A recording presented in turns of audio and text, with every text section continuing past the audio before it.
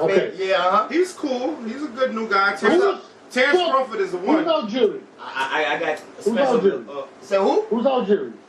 Algieri. Yeah, he's alright. He's alright. I'm done with the argument. I don't like Lomachenko. I don't like Lomachenko either. I think he's overrated. Who the fuck is Bundu? Who? Exactly. He fought Kell Brook. Okay. Lamar Peterson, he's okay. Okay, he is. Ocampo. Yeah. Who the fuck is Ocampo? He's alright too. He beat Mikey. Okay, I see what you're doing. I see what you're doing. I see what you're doing. Basically, who's better than Canelo right now, right? Mikey Garcia went up 2 weight classes to fight him. Okay. You want to keep going? We're going to keep going. Who's better than Canelo right now? We're going to go down. We're going to go down Canelo's Who's fight. better than Canelo? Who's better than Canelo right now? Earl Spence. Undefeated. Who else? Crawford, undefeated. Lomachenko, undefeated. You think all of them niggas could beat? No, we're not, because they're not even in the same weight class. That's what I'm saying. Oh, Hurd. Give him Hurd. Errol Spence can go up 7 pounds and they can meet at a catch weight. It doesn't change the fact that Errol Spence hasn't beat anybody. And who's your man beat, bro? Daniel Jacobs? Oh, let's bring it up. That nigga lost to Triple J. Come on, man. No, we're going to do what you want to do. We're going to do what you want to do. Beat Sugar Ray Leonard ass. That's an old Mosley, bro. Yeah. That's not to mention. Come on, man. Your man lost 12 rounds to Mayweather. That's it. You can't ever tell me nothing, bro. Hold on. Let's not mention. Let's not even mention. Okay. That he's fighting outside of his weight class. Correct? Just remember that. Here we go. You want me to go? Go ahead. Who's Shane Mosley? We spoke about that already. And Shane Mosley was past his prime. Answer the question. Who is Shane Mosley? He's a fighter. What do you mean? Who is he? Is he or is he not a Hall of Famer? Hall of Famer. Yes, he is. Legend. Okay. Give me one Hall of Famer. That's it, though. Hold on. Errol Spence beat. It's coming because they're running from him. He's gonna fight Pacquiao. That's the question. No, I'm with you. Yeah, he hasn't been tested. He is very talented. Yeah. But I'm not gonna. Canelo might be the best one out right now. I'm not. My nigga. Like for real. Errol Spence is about to be 32. Yeah. Y'all owe Canelo? Yeah. How old is it? 28? 28 years old. Okay, now boom. You see. His birthday's coming up in 2 weeks. Yeah, now boom. Your man beat Daniel Jacobs. That's amazing. The dude he beat Rocky. That's a bum. Those are two. Daniel Jacobs not a bum, but Jacobs is better than anybody Errol Spence fought. Now you're bugging. You're not betting. No, you're not betting Mikey. He's better than Daniel Jacobs. That's close. That's Mikey Garcia. It's close. I'm done with you. Mikey Garcia went up 2 weight classes to fight him. Bro. It don't matter, bro. He's not a it does matter. He's not a welterweight. Okay, so let me ask you. So why did he fight? Anybody as a 147? All right, Norbes. Why did he fight Mikey So Garcia? Norbes, when you move up, it's an automatic loss. It's an automatic loss. We never seen that before. Come on, man. What are we talking about 2 here? weight classes? No, answer the question. It's an automatic loss. Let Errol Spence go up to 160 to bro. fight Canelo. How many weight classes? Hold on. Die. How many weight classes did Pacquiao go up? And he kept going up and going up. What are we talking about here? But no. Let's talk about Pacquiao. No, but you're saying in general. You're saying 2 weight classes. Like, don't make it seem like it's impossible. Don't make it seem like it's impossible, man. Bro, when you're Canelo Alvarez, I'm gonna put it in layman's terms for you. Canelo, okay? yeah. I'm gonna put it in layman's terms for you. If a fighter goes up 2 weight classes to fight Canelo and Canelo whoops on him, people are gonna say, you were the bigger fighter. Yeah, and you're gonna still love it, and you're gonna love that fight. Somebody Canelo's the greatest. You're gonna love it. You're gonna love it. Canelo who? You're gonna love it. If that was to happen, I said, if somebody was to move up 2 weight classes, Canelo beats him, you're like, oh, look at Canelo. He got this guy out of there. Who could beat Canelo at 147? Nobody. Yeah, I was about to say. Hurd or one of the Charlo brothers. Set it up. I said at 147. Oh, see, why you want to go down? First of all, Hurd just got his ass whooped. He did, but I still the Styles make fights. Styles make fights. Who did Hurd lose to? 154. Who did he lose to? I didn't watch the Hurd fight. Oh yeah, I did. Okay. Because I watch every fight. Oh, you watch every fight. Sound good. I do. So who fought on Friday ESPN boxing? Give me one fight. Okay then. So don't say you watch it. I was out. Oh, you was out. I watched every fight. Oh, okay. I did. Yeah, that's better. Hold on. You just told me that. So who could beat about 154? 154. Tell Andre Ward to come back. Andre Ward to whoop his ass. And that's, Andre Ward's a way bigger fighter. I don't want to hear way bigger fighder. He'll go down to 154. He was a light heavyweight. 154. He can't do. Andre Ward is heavier than Triple G, bro. You know how much weight he would have to lose to fight? And we're not gonna talk about the Triple G fight. Like, let's go, man. Come on, man. You know that. He beat Triple G twice. Yeah. He beat Mosley. Yeah. He beat He beat Cotto. Who's better than anybody? Who's better than Cotto than anybody Errol Spence ever beat? Come on, man. These guys are out of their primes, bro. Cotto was out of his prime. When he fought him, come on, let's be serious. Let's be serious. Mosley was out of his prime. Who is better than Cotto? There's a few niggas on the line say he can't beat Spence. Okay. That's what I'm saying. Like, niggas, it's not, bro. Somebody It's say science. he lost to Williams. Bro, it's science. He lost to Lara. Yes, to Lara. Ask anybody on the line who is Errol Spence beat. Bro, they gonna like, yo, I had to agree with you. The name's not there. They ducking. How many times? Hold on, Norbes. How many times has Spence called out Thurman? And don't front. And every Thurman's not that good. Okay, but you know what Canelo would do to Keith Thurman? Now, come on, man. Okay, yeah, sounds good. Sounds good. Do you know what he would do to him, bro? Yeah, sounds good. Thurman's not that good. So tell him to fight. He's not. Tell him to fight. So hold on.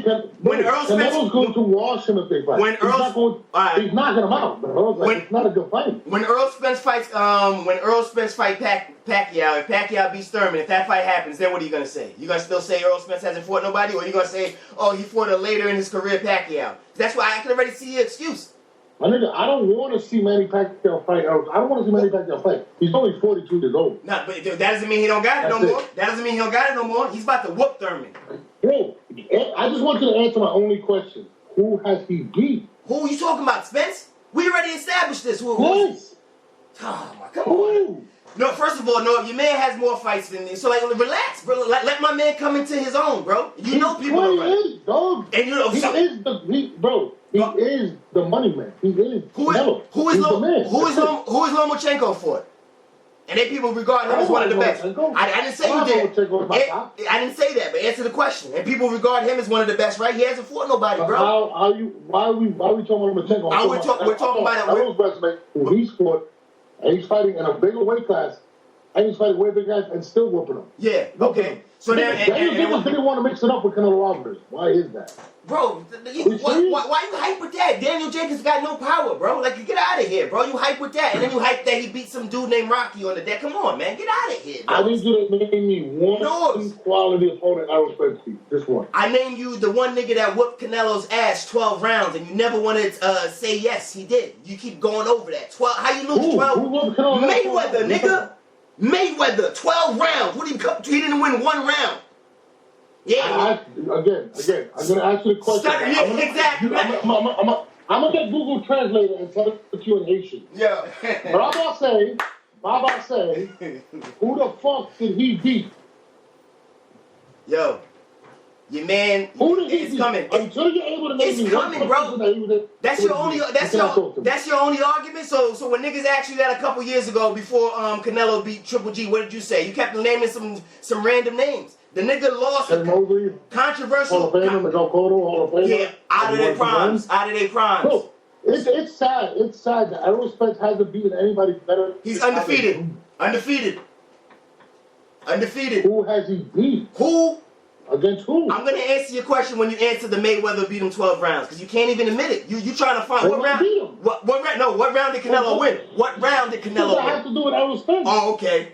What does that have to do with Errol Spence? Just like we're talking about Canelo, what does that have to do with Errol Spence's record? You think Errol Spence would beat Canelo? Yes, he would. Just like Mayweather did. Not easily like that, but he'll get him out of here. Out of here. You think because blow for blow, Canelo? My nigga, that's why niggas don't understand. Errol Spence goes to the body. Errol Spence goes to the body. That nigga is a powerful dude.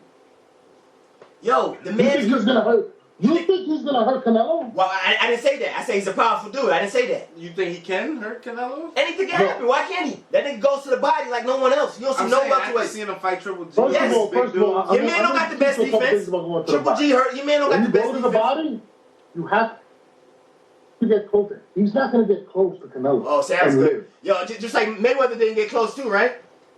Whoop that boy, whoop that ass. Get out of here, man. Why are we talking about Mayweather? Because when he goes in there with a real nigga, he's gonna lose. And he lost to Triple G, and you know that shit was controversial. You making it seem like it was clear 2 wins. Okay. That's how you know you're not a fan, bro. Names. Are you telling me who they fought before? No. We're not gonna do Greco. Who did he ever fight? Man, we're not doing that now. We're not doing that now. Chris Van Heerden. Because you don't want to. Alejandro Barrera. Yeah, look.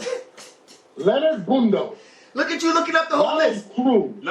Canelo lost. This is his whole resume. No Bolano. Yes. And you gotta take those fights. You gotta take those fights.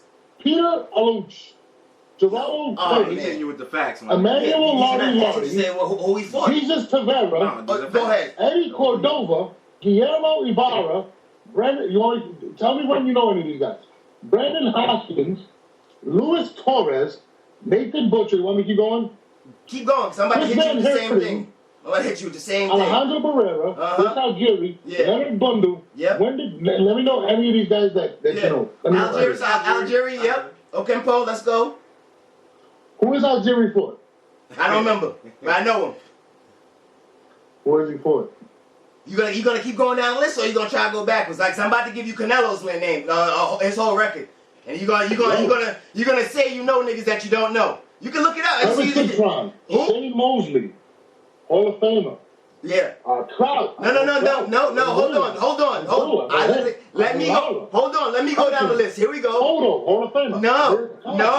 Don't do that. Yeah, see? Chavez Jr. Abraham Gonzalez, Pablo Alvarez, Miguel Vasquez, Pedro Lopez, Jorge Juarez, Christian Hernandez, Francisco Villanueva. Who is these niggas? I named you 10 guys. No. You didn't name me 10 guys. You named Mosley and you named one other nigga. We're talking resume though. Canelo gonna beat the nigga. But of course he did, because he's higher up right now. And he was younger, doing it crazier. He fought Mayweather at 23. Nah, yeah. I got. And that was stupid of him. 22. So and that was stupid of him.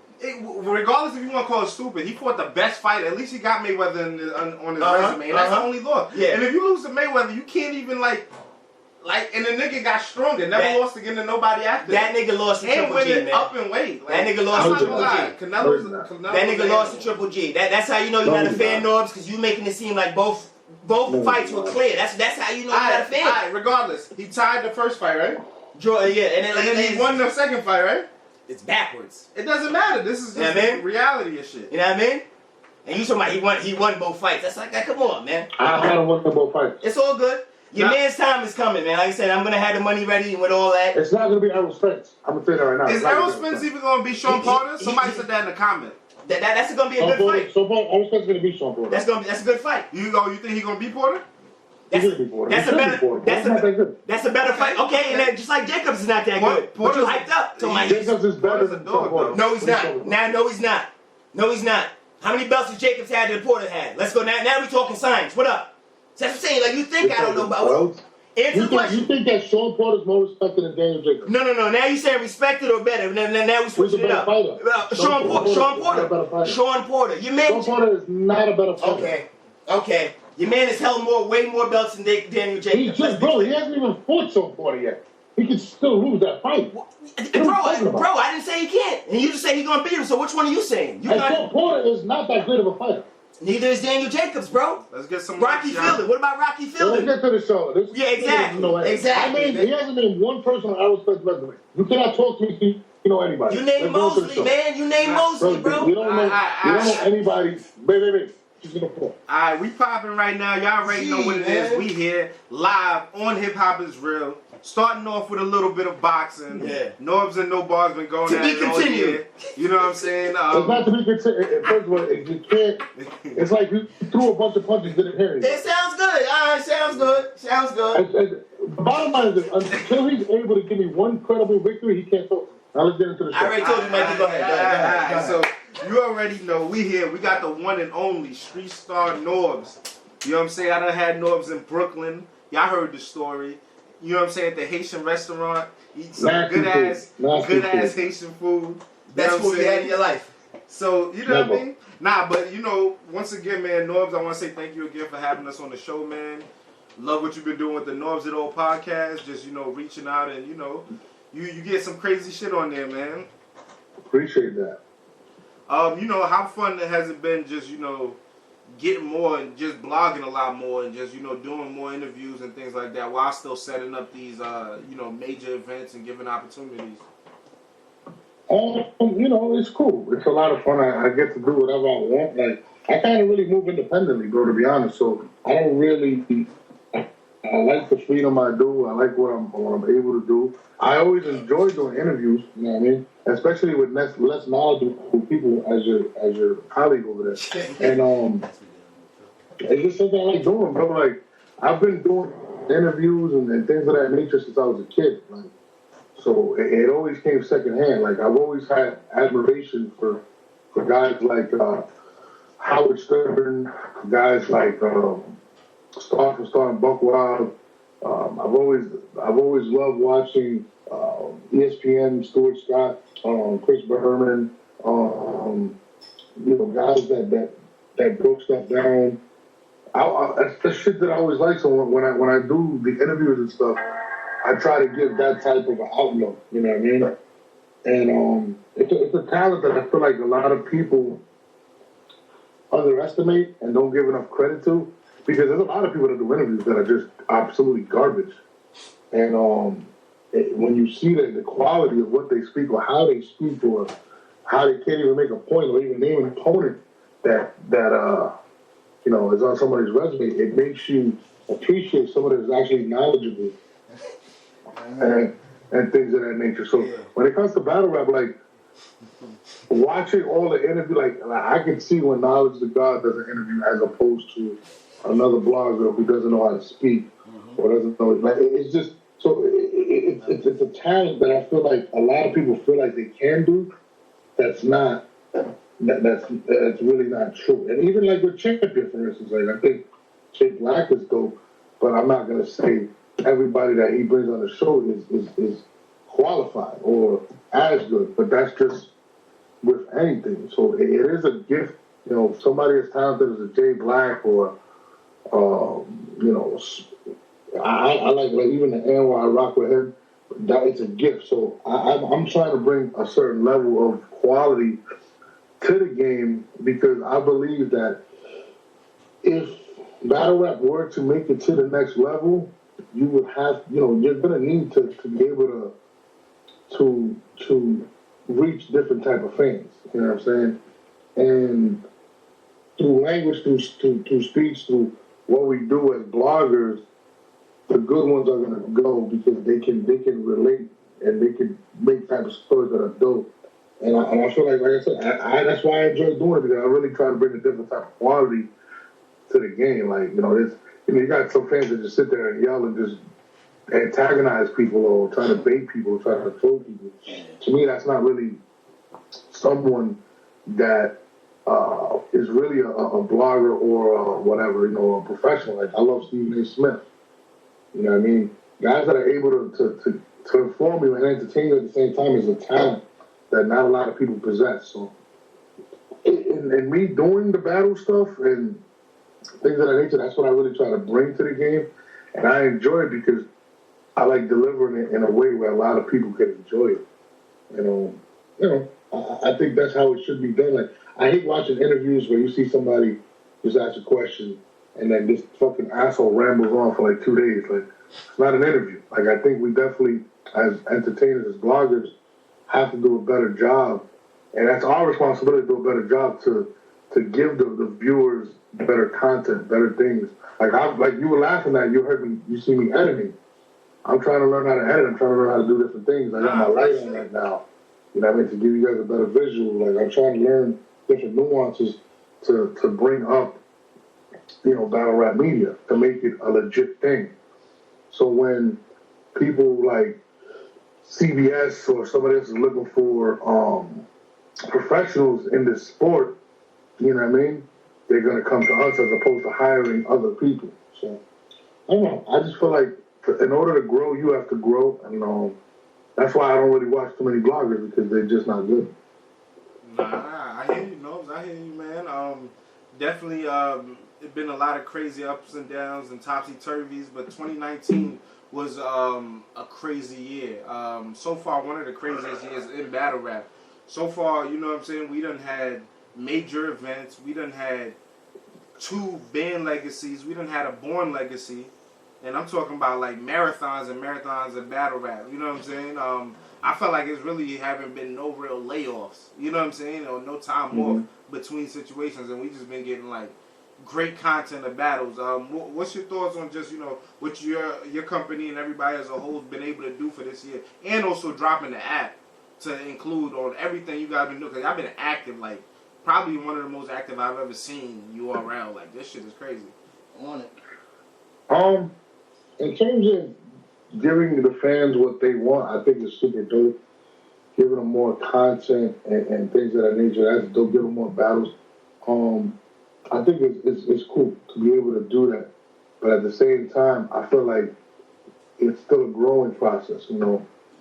Just because you're doing a bunch of events doesn't necessarily mean that the content is going to come out greater. I think we have to do a better job in growing some of these newer guys and just everything. Like I said, like even with the app, I think the app is a great idea. But I think as we grow, we learn. You know what I mean?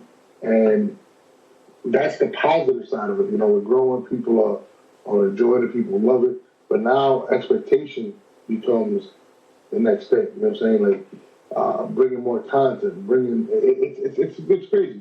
But to answer your question in terms of, you know, being able to throw more frequent events, I think it's dope. I think the fact that we're using a lot more, you know, talent and trying to put more of a focal point on that, I think that's super dope. I'd like to see, you know, like especially with the Born Legacy 7 series, I'd like to see more guys, you know, get an opportunity. That's kind of what I'm trying to do, you know, is giving guys more of an opportunity to get to the next level. So, like, as a fan, you know, you get more battles. I think it's dope. But I think as we're growing with it, we have to do more. Like, it just sucks. Like, you know, they say, like, more money, more problems. Yeah, definitely. That's very, you know, that's very true. Like, you gotta, you know, now that's the expectation. You can't go below that. So now you gotta continue to get better. You gotta continue to do more. You know? Real talk. And I mean, URL done topped itself so much or over the years, just doing mega events. People still want that Summer Madness too.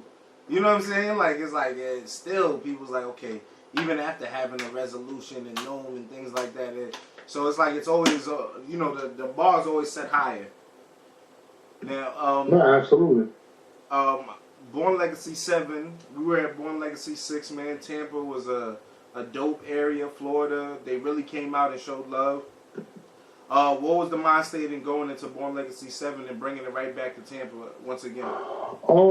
I loved, the reason I love Born Legacy 7 more so than anything that we've been doing, to me personally, is because I got to see fans.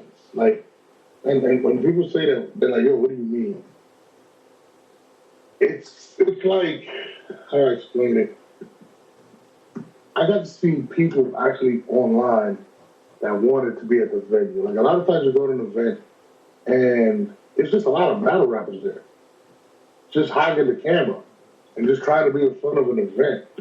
You know what I mean? Trying to, you know, it's like 100 free dudes that just rap, that are trying to get on, as opposed to when we went to Florida, I already knew, like, you guys were there, fucking Clips came, Hollow came.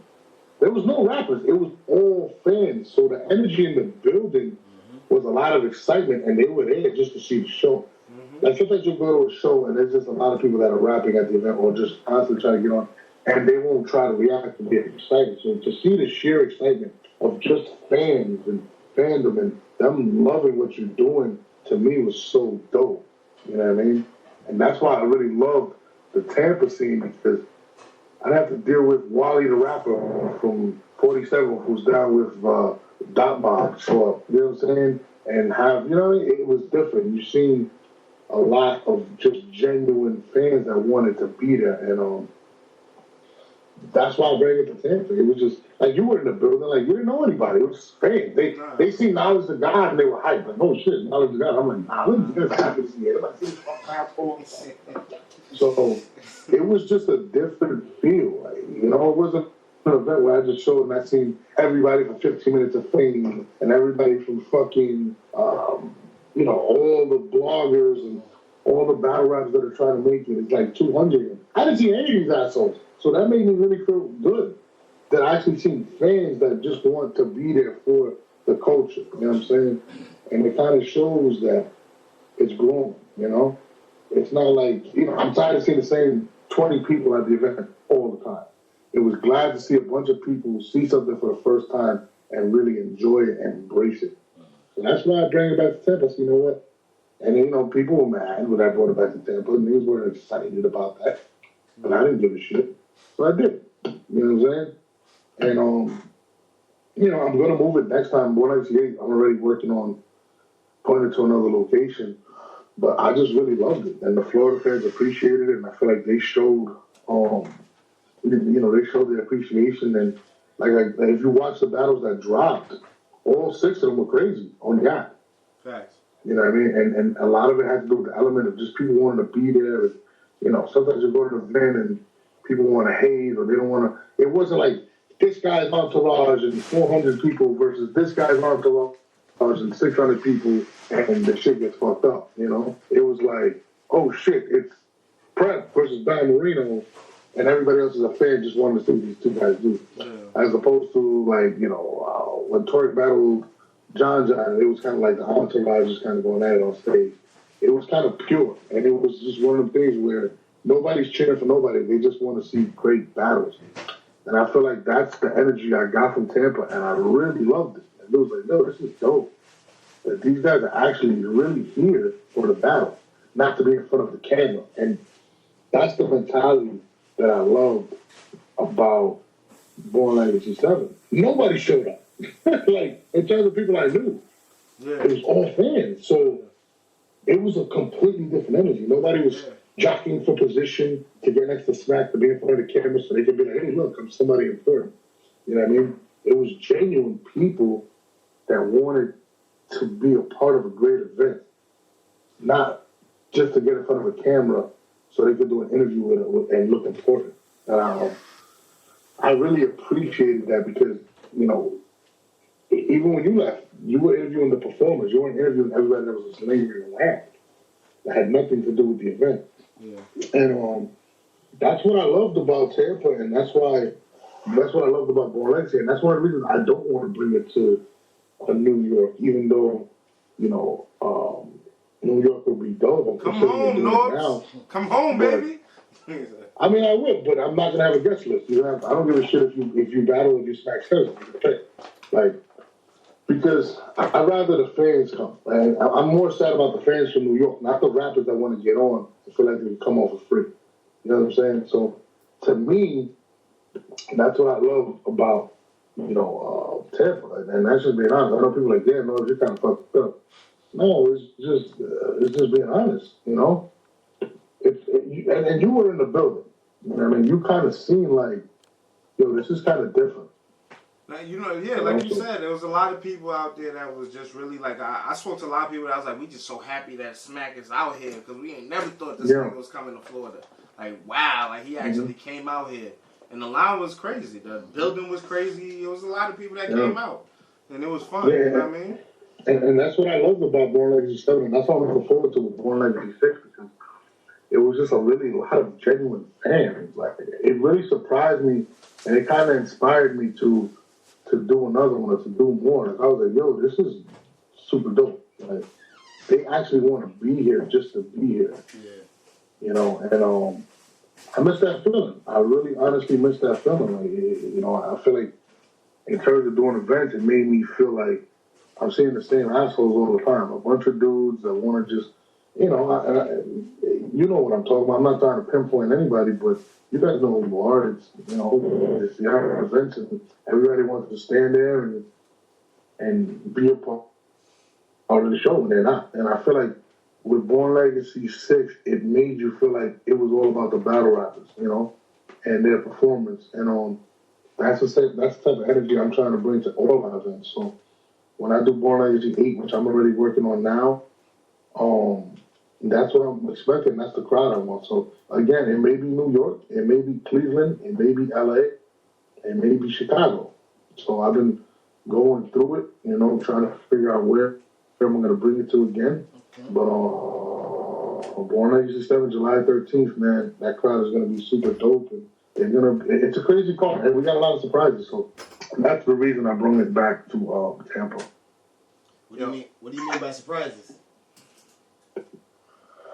Well, I'm having a surprise battle on Sunday, which is going to be for strictly app users. I'm not charging anybody. Okay. Basically, it's going to be it's gonna be either one or two battles.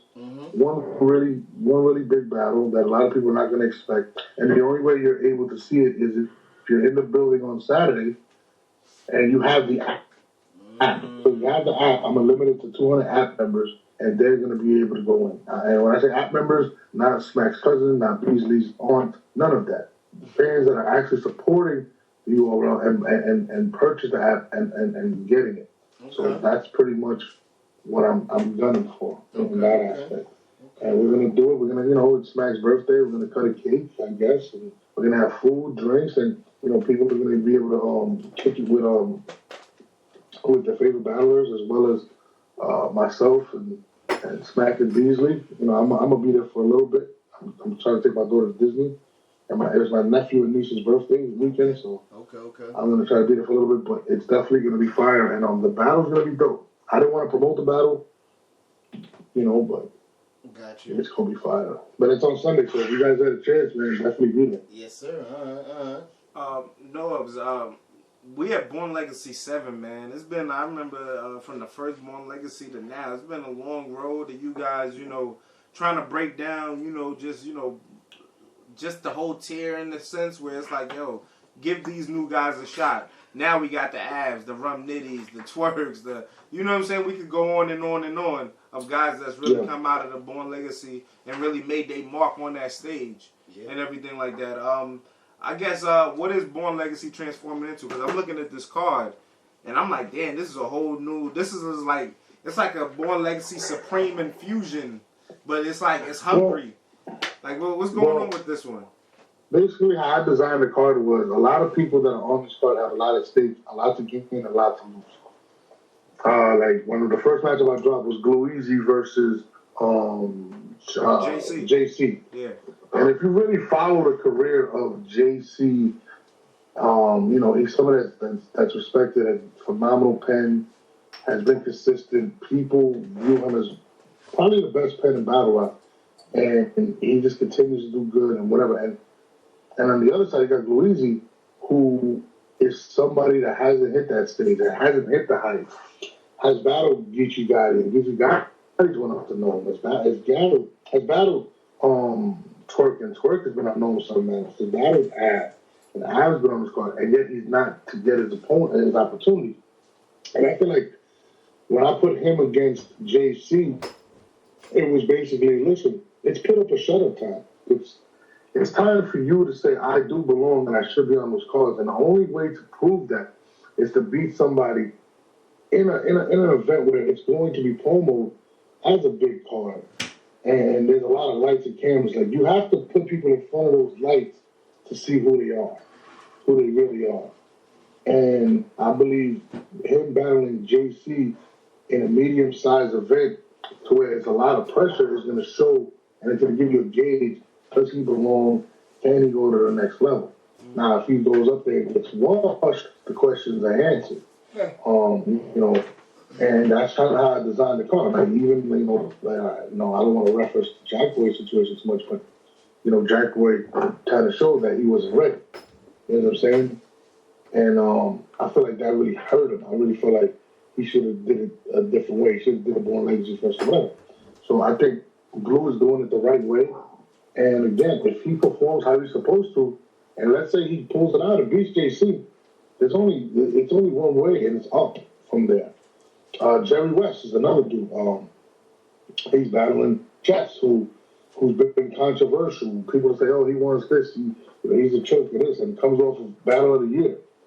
And he has a chip on his shoulder like this, and I'm one of the best, period, to do it. I'm not just a 20-year-old kid. I'm phenomenal. I'm great. I want this. I want shine. I want my grudge back. I should be respected just like the other guys, the Brizzes, the T-Tops that were in his class. And then, to me, it's almost a disrespect to not have him on Summer Impact or Summer Madness or no. This is somebody, and this is me speaking for how I feel, that is an elite battler. Realest shit you ever said. No, this is facts. And people tend to overlook him. And this is my own organization that does it. And I sit there and I'm like, it feels like he's getting judged differently than others because You look at a Twerk, who's phenomenal, all right, but he's had some of the same problems that Chess has had, and why isn't he there? Yeah. And I feel like, as opposed to just, instead of just complaining about it, Chess is like, I'm just going to prove you guys different. And that's why he's on Born Legacy 7, to show people like, yo, this is my shit. I'm a superstar. You know what I'm saying? I'm going to keep going. And the fact that you guys don't have me on these big cards is a slight at me. It's a disrespect that I should be there. So you got somebody going into the situation feeling just like that, who's immensely talented. He's had battles with Tay-Rock, and if he didn't stumble, he probably won. Twerk, Gotti, like, this is a kid that he just had a classic. Should have won. He just had a classic, the last Born Legacy, man. Born Legacy 6, Chess versus Geechee. Classic battle right there, man. Yeah, absolutely. And people don't realize that he's phenomenal. Like, he's special. Young God. And I feel like he walks around with the kind of side eye looking at Smack like, yo, bro, like, you disrespected me, and I'm going to prove it that you disrespected me. Yeah. And you got, on the other side, he's facing somebody, and what Chess said was so brilliant. He said it on my show. He's like, I'll battle K-Shine, but I also battle somebody I respect that I'm not scared of. And he said, I feel like people are scared to battle because they'll lose. I'm not scared to lose because, you know, I've been through so much in my life that this is battle rap. You know what I'm saying? If I'm going to lose, I'm going to lose because I lost, not because, you know, I'm not good enough. You know what I'm saying? And he said, you know, his losses have been mistakes. You know, just shit not being prepared or whatever. But, you know, for him, he looks at Jerry West as a formidable opponent. A lot of guys that considered upper echelon won't do that. You know, they said they're not going to go and battle with Jerry West. Yeah. You know what I'm saying? It's too much of a risk. And Chess is stepping in the belly of the beast and battling Jerry, who's been on a crazy streak, who's been respectful, who's on the cusp of being unknown, a Summer Madness. Yeah. And Chess is stepping up saying, you know what? Let's go toe to toe. So Jerry is another one who, underrated. Right now, he's on the brink of being on Summer Madness and all these farms. Real talk. And this is his test. His test is chops. And there's also an underlying of, you know, roots from We Go Hard in New York and representing that. You know, this is like the Super Bowl at We Go Hard. Facts. Which is arguably the best league outside of the URL. When I say that, in terms of developing and having great matchups and having a great crowd and having the crop of people that went through there has been phenomenal. From the Chesses, the Jerrys, to the Wavies. They've produced a lot of great battles. Brooklyn Carter versus Steams. Like, you know, these are, you know, this is really a big battle for We Go Hard, and it's to propel somebody that came from the same system as We Go Hard. And it's on Born Legacy 7 because Jerry believes he belongs. He believes, you know, he's a guy that pulled up in a Bentley his first battle. You know what I'm saying? So he understands and wants the big lights and the cameras and everything. And, you know, again, if he wins, he's there. And they could send shockwaves down the thing and bring Chess down. You know what I mean? It's a lot to gain, there's a lot to lose in this battle, and that's what Born Legacy 7 is about. We can go to the next match. Chef Trez versus Saga. Let's go. Let's talk about it. Yeah. Okay? I said, let's go. Let's talk about it. You know, because Norbes, when I get your opinion on some of these guys, they had to go through the gauntlet, and you was the guy that was like basically the gatekeeper type. You know, like, yo. I am the guy. Yeah, you know what I'm saying? It's never changed. Yeah, exactly. So these guys, you got to see these guys at their most, in a sense, vulnerable state, where they're like, yo, Norbes, give me the shot. I could do this. Or, you know what I'm saying? Or you seeing the talent, you like, they don't even got to tell you, give me the shot. You like, nah, you next up. Come through. I see something in you. Yeah. So when you speak on these guys, like, you talking from, like, you literally put these niggas on to see if they could get it to that level. They have to come through the PGs of the URL. So, like even with like the Chef Trez battle with Saga. Saga's another one who was in the same class as Chess and BARZZ and Top, T-Top and BARZZ, and you know, another person that feels slighted. You're talking about the trailblazers for Christians to be accepted in battle rap, and yet Loso was getting more kudos. You know what I'm saying? So these are things that are weighing in the back of his mind. Like, damn, something like, yeah, that's my man. But if it wasn't for me, and this is it's not Saga speaking because he's humble, you know, these guys wouldn't be respected or even listened to. Before, when you would hear Christian battle rap, niggas like, I'm not listening to that. Basically. Saga made it okay. And, you know, Saga hasn't been unknown. He hasn't been on Southern Madness. And this is one of the more talented battle rappers. And instead of crying about it, he just sucked it up and was like, you know what? I'm just going to give you, whoever you put in front of me, I'm going to wash him. And he's going on a killing streak. Arguably not losing a battle in 2 or 3 years. Getting crazy. Yeah. And what does he do? He goes and faces Chef Trez, who, you know, super dangerous. Beat his teammate in Loso the first time clearly, like nobody's ever done. So it's kind of like avenging Loso, and it's also saying, listen, I belong unknown. I belong on some madness. These guys can't rap with me. And he has a lot to gain in this situation. And Chef Trez is another one. You know, if you really think about it, he made Resolution, but it was in Atlanta.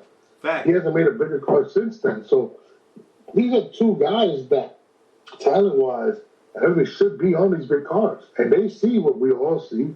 You know, seeing the same fucking guys remixed and remixed and remixed. And they're sitting there like, no, I belong there. Yeah, I can do this shit.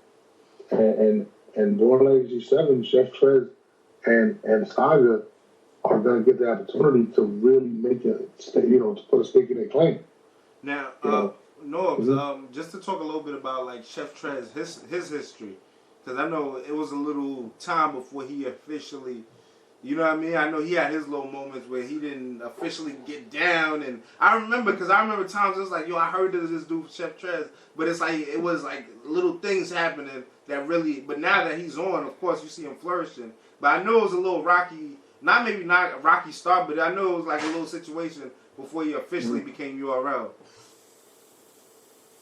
Well, he came, he did his PG, but you know, Chef Trez is a kid, he's young. Just like when we were coming up, it's hard for people to tell you what you expect from them or whatever, and people accept that. And I'm very blunt, and I'm not perfect when it comes to relaying or telling people what I really mean by something. And I feel like when I told him, I remember we had a conversation, he said he battles whatever, and I was like, honestly, I believe in your talent, and I don't care that you battled this individual, who paid for him to battle.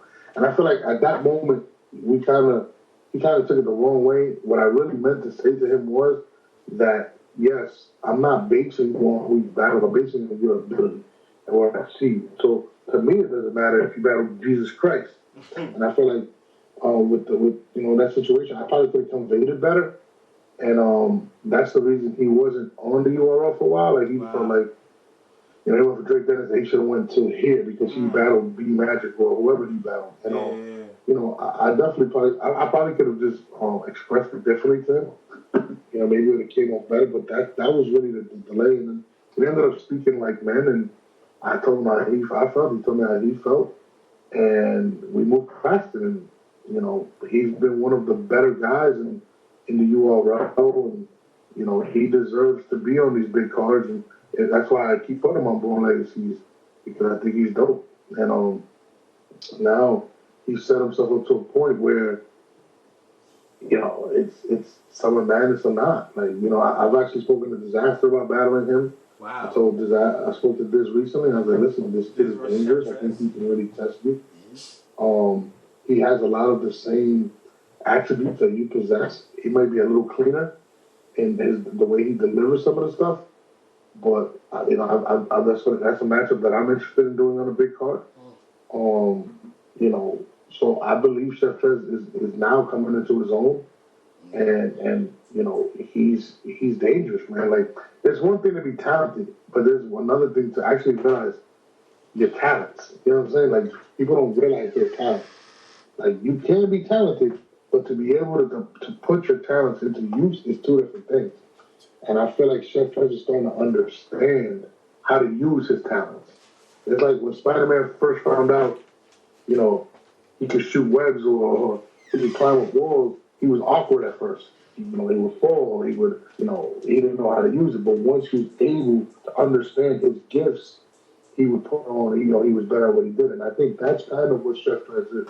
Okay. He actually realized, like, yo, I can actually.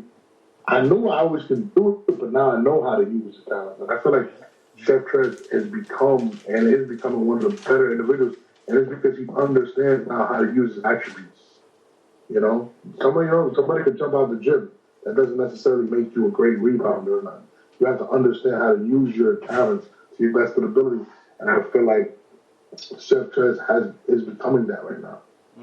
The Norbes, real quick, I got a super chat from Mr. 3MZ, a $5 super chat, and he says, I'm a battler from New York, but I live in Atlanta now. He said, can we ask Norbes, who do I contact to get a PG? I'm very serious and well seasoned.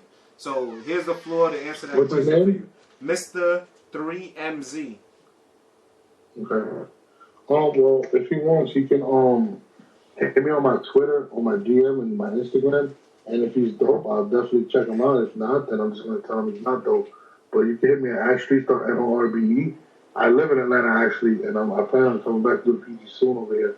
And again, if you're dope, you're going to get the call. If you're not, then I'm just going to tell you. Norbes, what, in your opinion, though, what makes someone dope? Like, is only one battle you're going to judge that off of, or is it a body of work? Because obviously not everybody...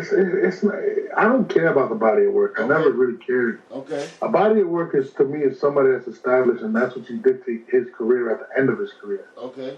In terms of evaluating, you don't evaluate people based on it's almost like the draft this year, Kyler Murray. You can't judge him based on his body of work because he was playing in college, got crazy. You're basing it on what you project him being. So you can't base on the body of work. You have to base it on his abilities and where you see his abilities being within the next couple of years with the proper tutelage and coaching.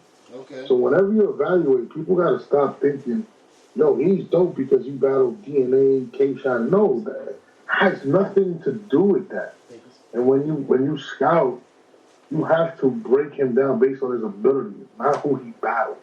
Okay. What makes Ace Amin dope is he can just flat out rap. He has a lot of things to work on, but he has a lot of talent. What makes Don Marino dope? Same thing. Like he can perform. He's a good puncher. Mm-hmm. He's likable. You don't base it on his body of work. It'll never. That's a horrible way because then certain guys that pay to battle whoever, they have a better body of work. That too. You know what I'm saying? So you end up messing up. All right, so here's my thing. Let's say somebody tells you about, okay, no bars, and then the first battle you watch, I'm just completely ass. But then there's another battle I got where it's probably some of the best shit you ever heard. Like, so how do you differentiate? That's how I want to know. Like, how do I differentiate? Yeah, how many battles? I had that before. Okay. Don Marino, quick story. Smack had the worst event he ever threw in his life in Tampa Bay. He hooked up with some promoter, and they had a tryout. So, of course, I'm the guy to evaluate the talent. So me and Smack end up going to Tampa, and everybody on the card was absolutely ass cheeks. It was terrible. And this fat Spanish dude comes up to me, and his name is Don Dollars, and he's like, yo, what you think? And I was like, yeah, you need a lot to grow, bro. Let's stay in contact, and let's see how it goes. Stood in contact with him. 2-3 years later, got his chest, got crazy. And then you have Don Marino. Wow. The evolution of Don Marino. Wow, and that's crazy. This is facts. Like, when Don, I personally thought he was fucking terrible. You know what I mean? He got better. He started understanding it. And when he came to me, I said, okay, you're ready. You're going to battle Jump Out of Pat in Atlanta. I took him out of his element, put him against somebody tough, and we went from there. So it doesn't matter if you have a bad performance. You know what I'm saying? It's all about if you have the skills to become good. That's okay. There's people that have bad performances. I've seen people before. There was a guy named LOS out of Cleveland. The first time I seen him, he was choking all over the place. 6 months later, I see a battle. I'm like, oh, okay, this nigga got a lot of potential. I want to see him stand in front of me, see how he does. So it's never, you can have a bad battle. It doesn't mean you're going to be a shitty battle rapper. You can have, there's probably been games where Michael Jordan got schooled, come out of junior high school, but it's the work you put in to become who you want to be that separates people, and that's pretty much what he did. So, you know, it's never about, you know, if I see somebody get killed, like, all right, but if you show me something different later, you know, it's whatever. So I've never judged people based on one battle. Good. If somebody gets better, show me you got better. And, you know, again, like Don Marino, that's what happened with him. He was garbage, dog. Like, fucking garbage. Shots down. No bars asked that question because he try to get a PG in the future, Norb. So just watch out. Listen, man, like a lot of people, want to do that. I'm just somebody that, I'm very honest, so I get a really bad reputation with people like, yo, Norbes don't fuck with me. No, it's not that I don't fuck with you, bro. Like, you can be the nicest guy in the world. Yeah. But if you're not good enough, I'm very honest about it. I'm not going to drop you PG because you can bring 45 people in the door. No, I don't care about that shit. You know what I'm saying? Like, I'm basing it on ability, you know, and again, I don't care how many battles you got. Me personally, I'm not standing in front of anything that's, I don't believe is dope. Your Puerto Rican brother got a question for you. Yo, Norbes. I see you responsible for the Mike P's, the Don Marinos, who else is the guy? Anyway. Joe? The Joes. There's a couple more too. Are you trying to purposely look for diversity in battle rap, or are you just looking for the best talent? To be honest with you, I don't give a shit about what color you are. When I watch battles, I don't see that. I will see, like, when I seen Joe, I thought he was dope. But I'm not, I knew Joe was dope. I also acknowledge he looked like a fucking plumber. But that wasn't the reason I bring him on. I just thought he was fire. Like, I don't go into a situation and say, hey, I want a Chinese rapper. Or I want a Mexican rapper. I don't give a shit what you are. And due to the fact that I'm Puerto Rican and I've always been looked at as an outsider in hip-hop, I don't do that to other people. And, you know, a lot of people may think I'm crazy by saying, oh, Puerto Ricans have been around. Yeah, we've been around. But we also get left out of movies. We don't get the credit we deserve in a lot of situations. So I don't want to put that upon other people because I know how it made me feel coming into the game. So I don't walk into situations like, oh, shit, I found I'm looking for a white boy today. Or I'm looking for a guy out of Kentucky. Or I'm looking for, I really don't. You know, I've went to trips where I'll go and not pick anybody because I don't give a shit. You know what I'm saying? I'm looking for the best. So I never go into situations. You know, I never liked Mike P because Mike P was white. I just thought he was dope. And I feel like people need to stop doing that shit because what makes Real Deal dope is not that he's white. It makes him dope that he's just dope. You know what I'm saying? Like Pat State, too. I had to say that, because Pat State one of them dudes where, at first you might, but then you like, yo, nah, Pat State's a fucking animal. Like, that's clearly, but you know what? Everybody's a little, has a little bit of racism, a little stereotype in them. I've been around that shit. Yeah. And I try to tell people all the time, like, I've been through a lot of racial shit. I got called a stick at Summer Madness 3. I've met some of the worst people, you know, I was with Smack on a movie set. I'm not even going to mention the individual's name, but he's a high profile, full of shit nigga. That a lot of people follow him in terms of Tell him why you mad, Norbes. His voice. Okay. And like, yo, I'm sitting there, it's like me and Knowledge, you having a conversation, and I'm talking to Knowledge, and I'm like, hey, you're there, but I'm not acknowledging you, and you feel that racist shit. And I wear that shit a lot. Like, I wear it. So when I see people act like that towards me or speak on me because they don't like the fact of my shade of skin and me telling them if they're good or not, it happens all the time. I deal with this shit today, yesterday, the day after. People don't like that shit, bro. You know? And people can say, oh, we're not racist or whatever. I'm telling you what I deal with on a daily basis. I'm telling you how people view me. You know what I'm saying? And as many people as I've helped in this sport, I don't get flowers. People don't tell me that shit. People don't even give a shit. I get more ridicule than anything, and it has a lot to do with the fact that being Puerto Rican, being of Latin descent, and you telling somebody that may not be, you know, maybe black or whatever. Sometimes people don't view it the same way. There's more racism in this country than you think, bro. Of course. So that's why I don't put it upon anybody when I go scout. I don't be like, all right, I'm looking for trends. I don't look at color, bro. I don't really give a shit, to be honest with you. So, you know, the fact that I've dealt with a lot of racist shit my entire life, and till today, I don't bring that into the way I look at people in terms of their skill level.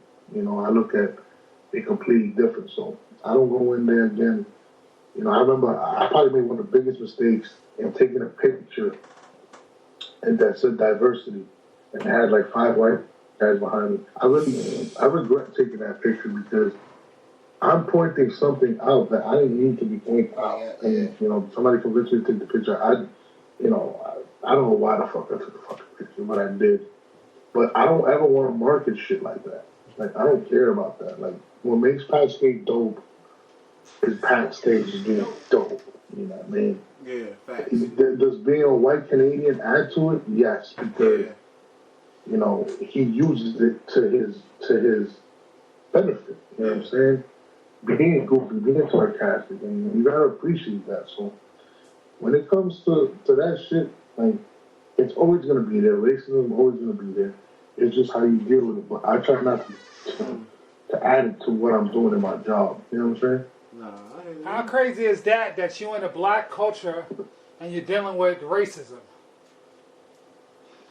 Listen, bro, it's life. I deal with it all the time, man. Like, again, like I said, like, I've been in situations that I look back on now and be like, wow, like, I really felt the way. Like, and there's another rapper that I remember having a 3-hour conversation with. I'm not going to put his name out there. And on that same movie set, he was there. And it was me, Smack. It was him and the other dude. And they didn't even acknowledge me, bro. I'm Norbes, though. Like, I've had a 2-hour conversation with you. And you're not going to acknowledge me? And then after I seen them, what they put out on social media, they're like these black activists. And they don't respect me. And it's not because, or whatever, I'm just looked at it differently. What are you saying? Real quick though, True 4 from the Midwest, he said he appreciates the opportunity and he's about to come make a statement.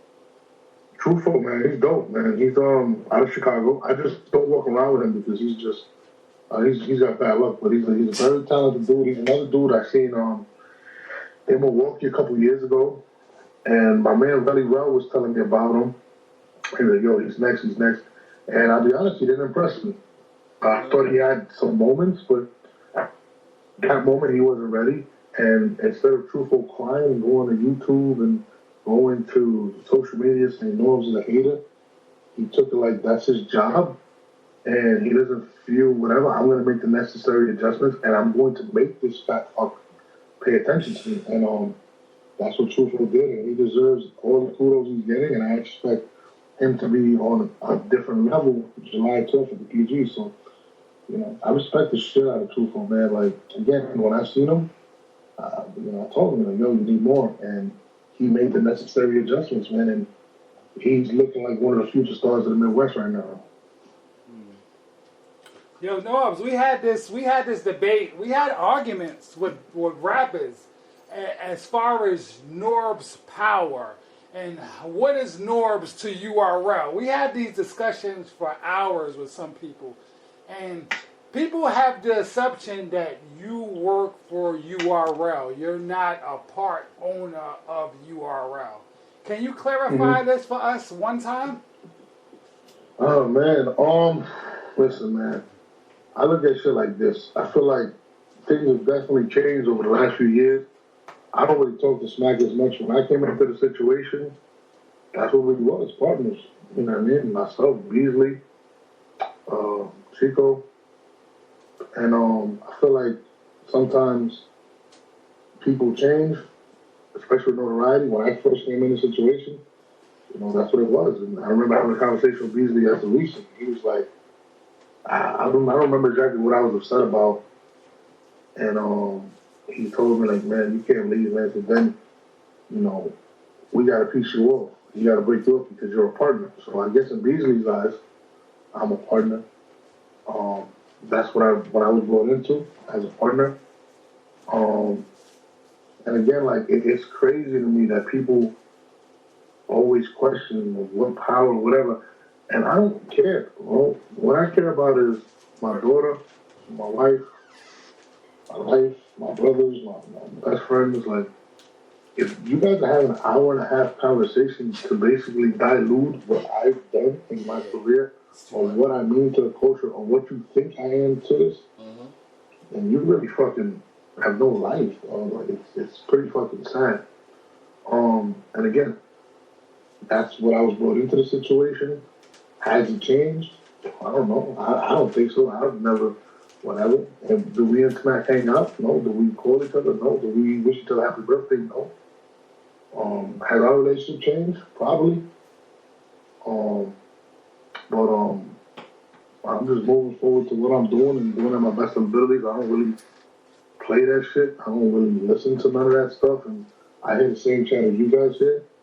And if that's how you feel, that's cool. But a lot of the same people that are saying those things, the people that I don't really work with, I kind of alienate. Like, I don't deal with it. I didn't give them something that they wanted at the time, so they try to downplay a situation or try to make news where there's no news. So how I look at them is kind of like, that's the conversation you're having. I'm not even there. Do I give a shit? No. I know what I was brought into the situation, and I'm not going to sit here and argue with people of what they view me as or what power. I don't care about none of that. I just know that at the end of the day, when you think Smack, you think Norbes. When you think URL, you think Norbes. What I've done in battle rap, what I've done on the URL is synonymous. It's always going to live together. Cemented. So whether you think that I'm powerful or whether you think I'm not who I am or who I was brought into this company to be, that's on you. I don't really care. You know what I mean? If Smack feels like there's a way, he knows my number. I see him all the time. I'll see him next Saturday. You know what I'm saying? So that's not coming from a place of resentment. It's just that you guys maybe grew out business wise or just in general. I don't know. I can't speak for Smack. I only can speak for me. Do I have a resentment towards anybody? No, I really don't care. It's just you kind of grow up. You kind of do what you do. People. I mean, me and Smack was never best friends. You was never. Okay. You know, you're never gonna see me going to a club with Smack. You're never gonna see me, whatever. But there has never been anybody more loyal to Smack than I have been. I've sacrificed as much as Smack. The things that you see that's successful, I put my blood, sweat, and tears and all that. Do me and Smack sit on the phone in Jones? No. Do me and Smack go to clubs together? No. Okay. But it's never been that with me and Smack. Never. Do I love him? Absolutely. I will always love Smack. You know what I'm saying? So, to me, it's just bugged out that people are so obsessed with what I do or who I am or what power do I have. And I sit there and I'm like, you guys are really fucking lonely. I know what I was brought here to do. I know the conversations I have. I know I have Smack on camera a million times talking about this is my partner here, this is what we're doing. I don't have to continually prove that to anybody. Now, if there comes a point where we separate or we do whatever we do, then we do that. But as of right now, and where I stand in my head, this is my shit. I laid the first brick with Smack. We put the first event together. We went to St. Louis together. That was my call. You know what I'm saying? We did that. Before there was any of these motherfuckers that have surfaced and have made a name for themselves, it was me, Smack, Beasley, Chico. So I don't give a fuck how people feel. When the book is written, I'm not going to be a cliff note. I'm not going to be an afterthought. Huh? He said the PGs, nigga. Yo, Norbes. Yeah. I don't think people realize, because you get credit for being a PG guy and you develop.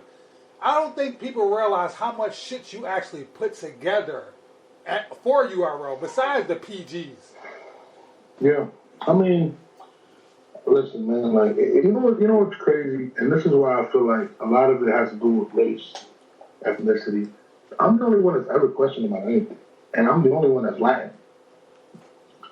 And it just makes me feel like the constant ridicule, the constant people saying shit, morons that just be around having a voice for whatever reason.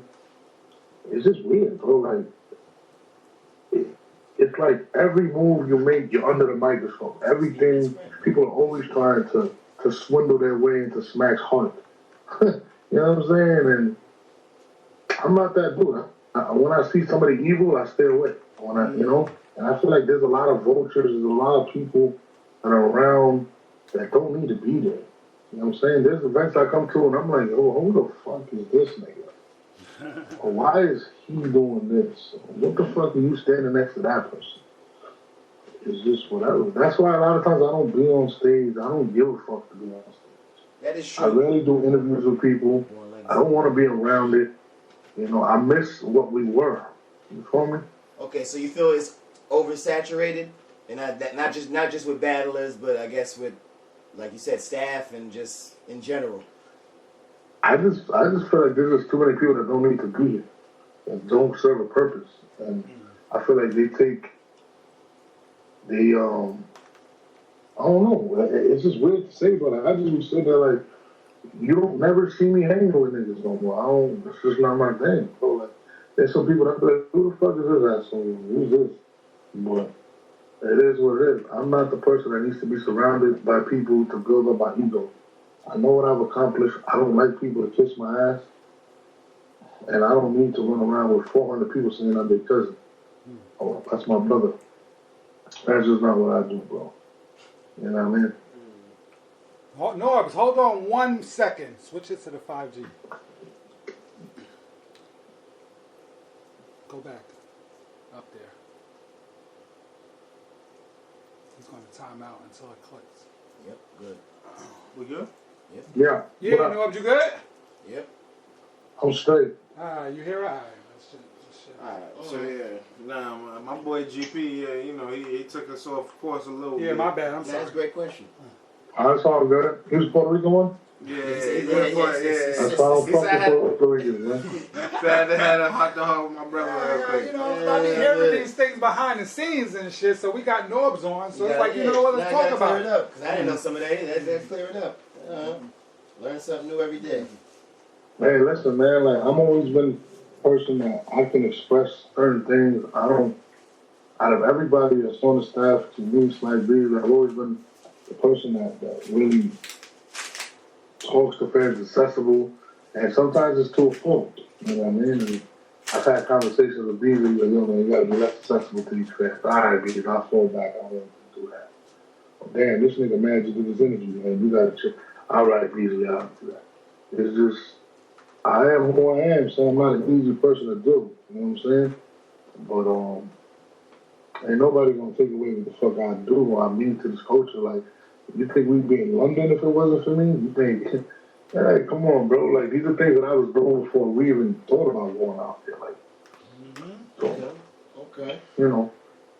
Sorry, no. I just, even when I met y'all, like, I ain't like Hollywood. I was like, oh, come on, let's go. And it's just all about promo from the ground up. But sometimes people lose sight of what got you there, and they feel like it was all them. So, you know how that goes. So, are you gonna open up the vote for your fellow Spanish brother Cortez, or you know what I mean? If we're talking like this, that shit don't got nothing to do with me, bro. Like, again, I don't see color. Yeah. You know what I'm saying? I was there for the Young L shit. I was in agreement for not dropping that shit. Young L was in the proper state of mind, and I felt like that shit dropping would be a big mistake. Okay. The Tech 9 shit is never gonna drop due to, especially after what the fuck he went through and what all them allegations. So like, Cortez just has bad luck, but I do feel like people need to respect Cortez more. Like, he's one of the better rappers that's out there. I agree. And for some strange reason, people just continue to downplay him. And, you know, it makes you question, again, you know what I mean? Why? Yeah. Well, there's a lot of garbage battle rappers that be getting wild opportunities of guys that don't deserve it, but they continue to get recycled, but yet Cortez doesn't. It makes you really reevaluate things and kind of look at things differently. The sport. But even with that, Norbes, you should know, like, firsthand, like you said, you know, you went to that event and it was just pretty much garbage. That's what I was trying to say earlier about, like, oversaturation. Like, a lot of these guys sound the same, and not even sound the same, like style-wise, but you're not really hearing nothing. And, you know, someone like Cortez, Chilla Jones, they get called boring, but like I said, they got good pens. And that's the world we live in.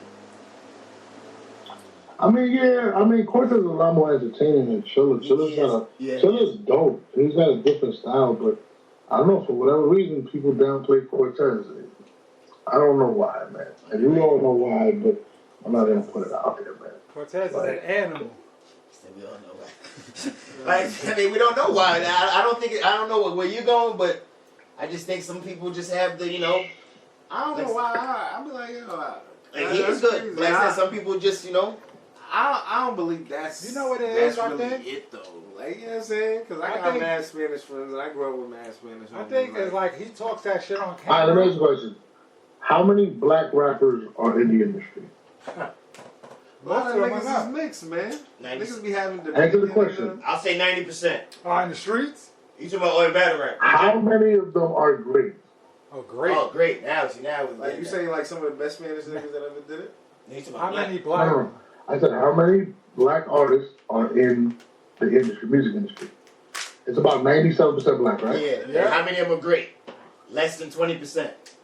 Less than 10, probably, right? Yeah. Shit. Now I gotta give him a little more. To be a successful Latino in hip hop, you have to be exceptional. That's not, right? I'm not gonna say exceptional. Cardi B running this shit. You don't have exceptional? Cardi B's Cardi B also and claims to 6ix9ine be half black. Which one? and 6ix9ine, but Mexican going crazy. 6ix9ine. Nah. They're blackballing. Hold on. Think about this. They're blackballing 6ix9ine for what a few rappers in the industry have done. Come on, Norbes. Nah, He made the biggest show though, Norbes. I'm not going with that conspiracy, Norbes, because Cardi B, she relies faithfully on that Spanish community. Like, you know, when she drops some songs with Bad Bunny and all that, like, she actually does. She's a woman. She's beautiful. Yeah. But again, she's exceptional. Daddy Yankee wasn't exceptional. He got mad. Daddy Yankee's not a hip hop artist. He when he had his time. I'll give an example. I'll give an example. Fat Joe. Why was True Life and Rock La Familia? Why was he in a Latin hip hop organization when he doesn't speak Spanish? Like Big Pun was exceptional. Yeah. They couldn't deny Big Pun. Yeah. You cannot be an average Latin rapper and succeed. Fat Joe is the exception. That's it. And for every he's like on the cusp. one Latin rapper we have that's out, there's about 300 black ones that have deals. Yeah. That's an amazing fucking scenario. It's crazy. Yeah, but you know, y'all do more bachata and things like that. Like, y'all not really, you know. No, that's not what it is. The people that, first of all, bachata is a Latin-based thing, so of course they're all going to be Spanish. There's a lot of Latinos that live in New York, that rap, that live in fucking Florida, that live all over the world that don't get the same look. It's a totally different thing, bro. Pitbull? I know a lot. People have to go completely pop. That you just, for every one, I'm going to name you 10 blacks. You got to do shit. Is the pool for Spanish rappers the same as black rappers, though? That's a valid question. If you were to go, Spanish. It's just the opportunity's not the same either. Yep. Let's go into the hood, Norbes. Let's go into the hood. Let's take the. Is there more black artists than Spanish artists in the hood? You know what I mean? Yeah, that's true too. No, there's more black artists that are being pushed. If you go to the hood, if you do a cipher, there's going to be a lot of Spanish dudes. There's going to be a lot of black dudes. But who's getting signed? Bro, this is not nothing new. Like, this has been going on for years. My brother Charlie Hustle, he's somebody that was popping, never got his deal. They wanted him to sign the fucking to, I forgot who the fuck it was. It's Cortez. They tried to start a rock left minute. Cortez can't even fucking say milk in Spanish. Like, why? Why are you separating them when they don't even speak a lick of Spanish? There's a difference when you say Daddy Yankee, he's rapping in Spanish. That's completely different. Yeah.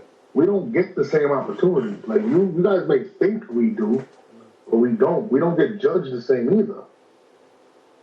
You know what I'm saying? Like, we just don't. I was watching this thing with Charlie Lozano, Latin History for Dummies. And you guys should watch it. It's on Netflix. It's really good. And Charlie Lozano brings up, like, yo, like, why is it that when you go to school, you learn American history, you learn about slaves, you learn about, World War I, World War II, you learn about fucking Abraham Lincoln, you learn about all this shit, right? But when you look at the history books, you don't see Latinos in there. Did we not exist? Did we just pop up in the 80s? Why aren't we in the history books? But, I mean, if we're going to talk like that... My grandmother... Go ahead. Listen, it's facts, bro. We've been around forever. Yeah. Why aren't we taught our history? We're not... Do you know that... But we're not taught our history either. Puerto Ricans were used by the U.S. government. They were using fertility drugs on Puerto Rican women in Puerto Rico, and literally a third of the population of Puerto Rican women were sterilized. Mm-hmm. People don't understand, but like our history is not incorporated in there. But no, like I said, I agree with you. But then at the same time, if we're gonna go down that route, like you just said, we're in the book talked about as what, slaves. That's not our history, and that's definitely not where it begins.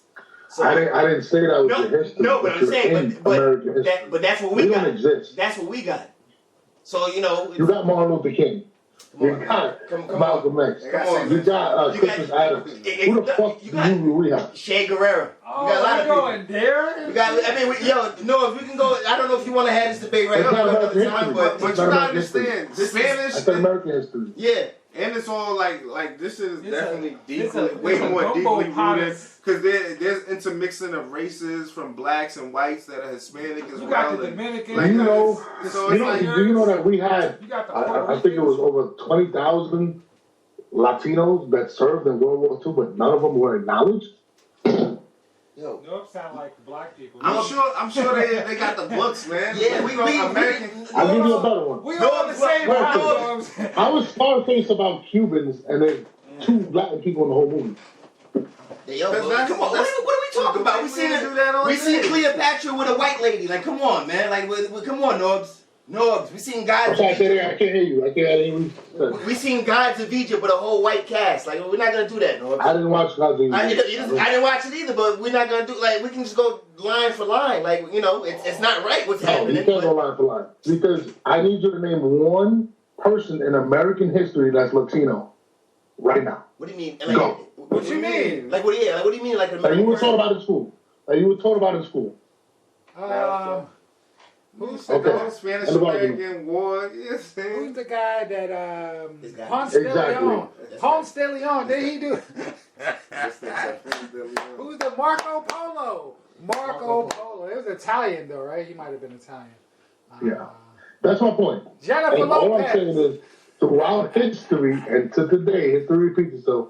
We've always been overlooked, and that's just my point. It's the same thing with black people. Yeah, it's the same thing. Like you can't. We're not taking that, bro, because it's worse for us, and you know that. It's the same. It's like it's like we've all faced. Because you got to think about it. It's intermingled. This all depends on families. This shit is deeper than just that. Like, all I asked you to do was name one person that's in the corner of American history that we got taught about in school. You guys are still waiting. My man 66P Black said George Lopez. What up? I love George Lopez. See, John Leguizamo. What we doing here, man? I love John Leguizamo. That's comedy. John Leguizamo was that's comedy history. He's hilarious. Do you know that John Leguizamo was asked when I forgot what movie he was in, to not stay in the sun so he doesn't look Latin for a movie that had nothing to do with race? love John Leguizamo. So it's crazy, dog. Like, we're not looked at the same way, bro. No, we got. Like, look at your man. Look at your Haitian man over here. He refuses to admit Canelo Alvarez is the best boxer in the world because he's Mexican. Yeah, here we go. That got nothing to do with nothing, man. Cotto used to be one of my favorite fighters. You know what I mean? Like, you know what I mean? Like, he's in my top 10. I'm not lying. I had Cotto beat. I'm just fucking with you. But I understand what you're saying, though, Norbes. You know, you have your right. You have your points. We all in the same boat. We all in the same boat, though. Word, definitely. We're not in the same boat. So you saying Latins are more prejudiced against than the black people? Yeah, y'all have more bigotry against y'all? That's what you're saying. Okay, we're more overlooked in the history of anything. No. Than that. Let me ask you a question. Who is the first minority to win the Super Bowl? It's a black man. To win the Super Bowl? No, that wasn't. Was it a man on the Redskins? As a coach. As a coach? Or a coach. Was it Tony? Tony Dungy was the first guy to win the Super Bowl. I believe it was Tony. No, was it? Yeah. Tony Dungy with the Tampa Bay. He won the Super Bowl. Tampa Bay, right? Are you sure? I'm trying to think. Oh, now he's about to say some other dude. I don't know. It was a Spanish dude? Now let me ask you a question. Yo, Pablo Picasso is Spanish. Hold on, stop. That was major, right? That was history. They celebrated all the time. Tony Dungy, yes, definitely. It was definitely history. Do you know that a Latino won the Super Bowl as a head coach before a black man? Who was that? What's my man's name? Tom Flores. Who? Who he played? Tom Flores. Who is that for? Oakland Raiders. What year was that? And hold on. Not to mention, that was about 5 years earlier. Oh, when Rich Gannon won? Huh? No, it wasn't. It's 82. The Raiders? Tom Flores. That dude was 81, 82, the Raiders. You know, I understand why, Norbes. You know why? Because when they was creating the history books, the beef was so much between blacks and whites that it overshadowed. That beef sense. Too. Because that beef was a little more intense. That's a minority. And that's the first thing you guys. But this is not your fault. I'm not saying it's your guys' fault. Yeah, that's what I'm saying. I'm telling you how we're overlooked. That was the point. You know that. Who was the first minority quarterback to win the Super Bowl? But who writing the books? He wasn't black either. Who writing the history books though, Norbes? Minority. Exactly. So these are the people that are like the reason why, you know what I'm saying, you feel like you being overlooked or you're right or whatever. Like, come on. But this is today. But they can't be like, yo. To this day, you heard Wilder like whenever they talk about the major points in NFL history. Yeah. They don't say Tom Flores the first ever or Jim Plunkett was the first minority quarterback ever in the Super Bowl. Them niggas wasn't real. That's being overlooked. That's the only point I'm making. I'm not saying we had it harder, we had it easier. I'm just saying we were overlooked. And that was my point. No. I feel you. But I was agreeing. I'm like, I can understand why.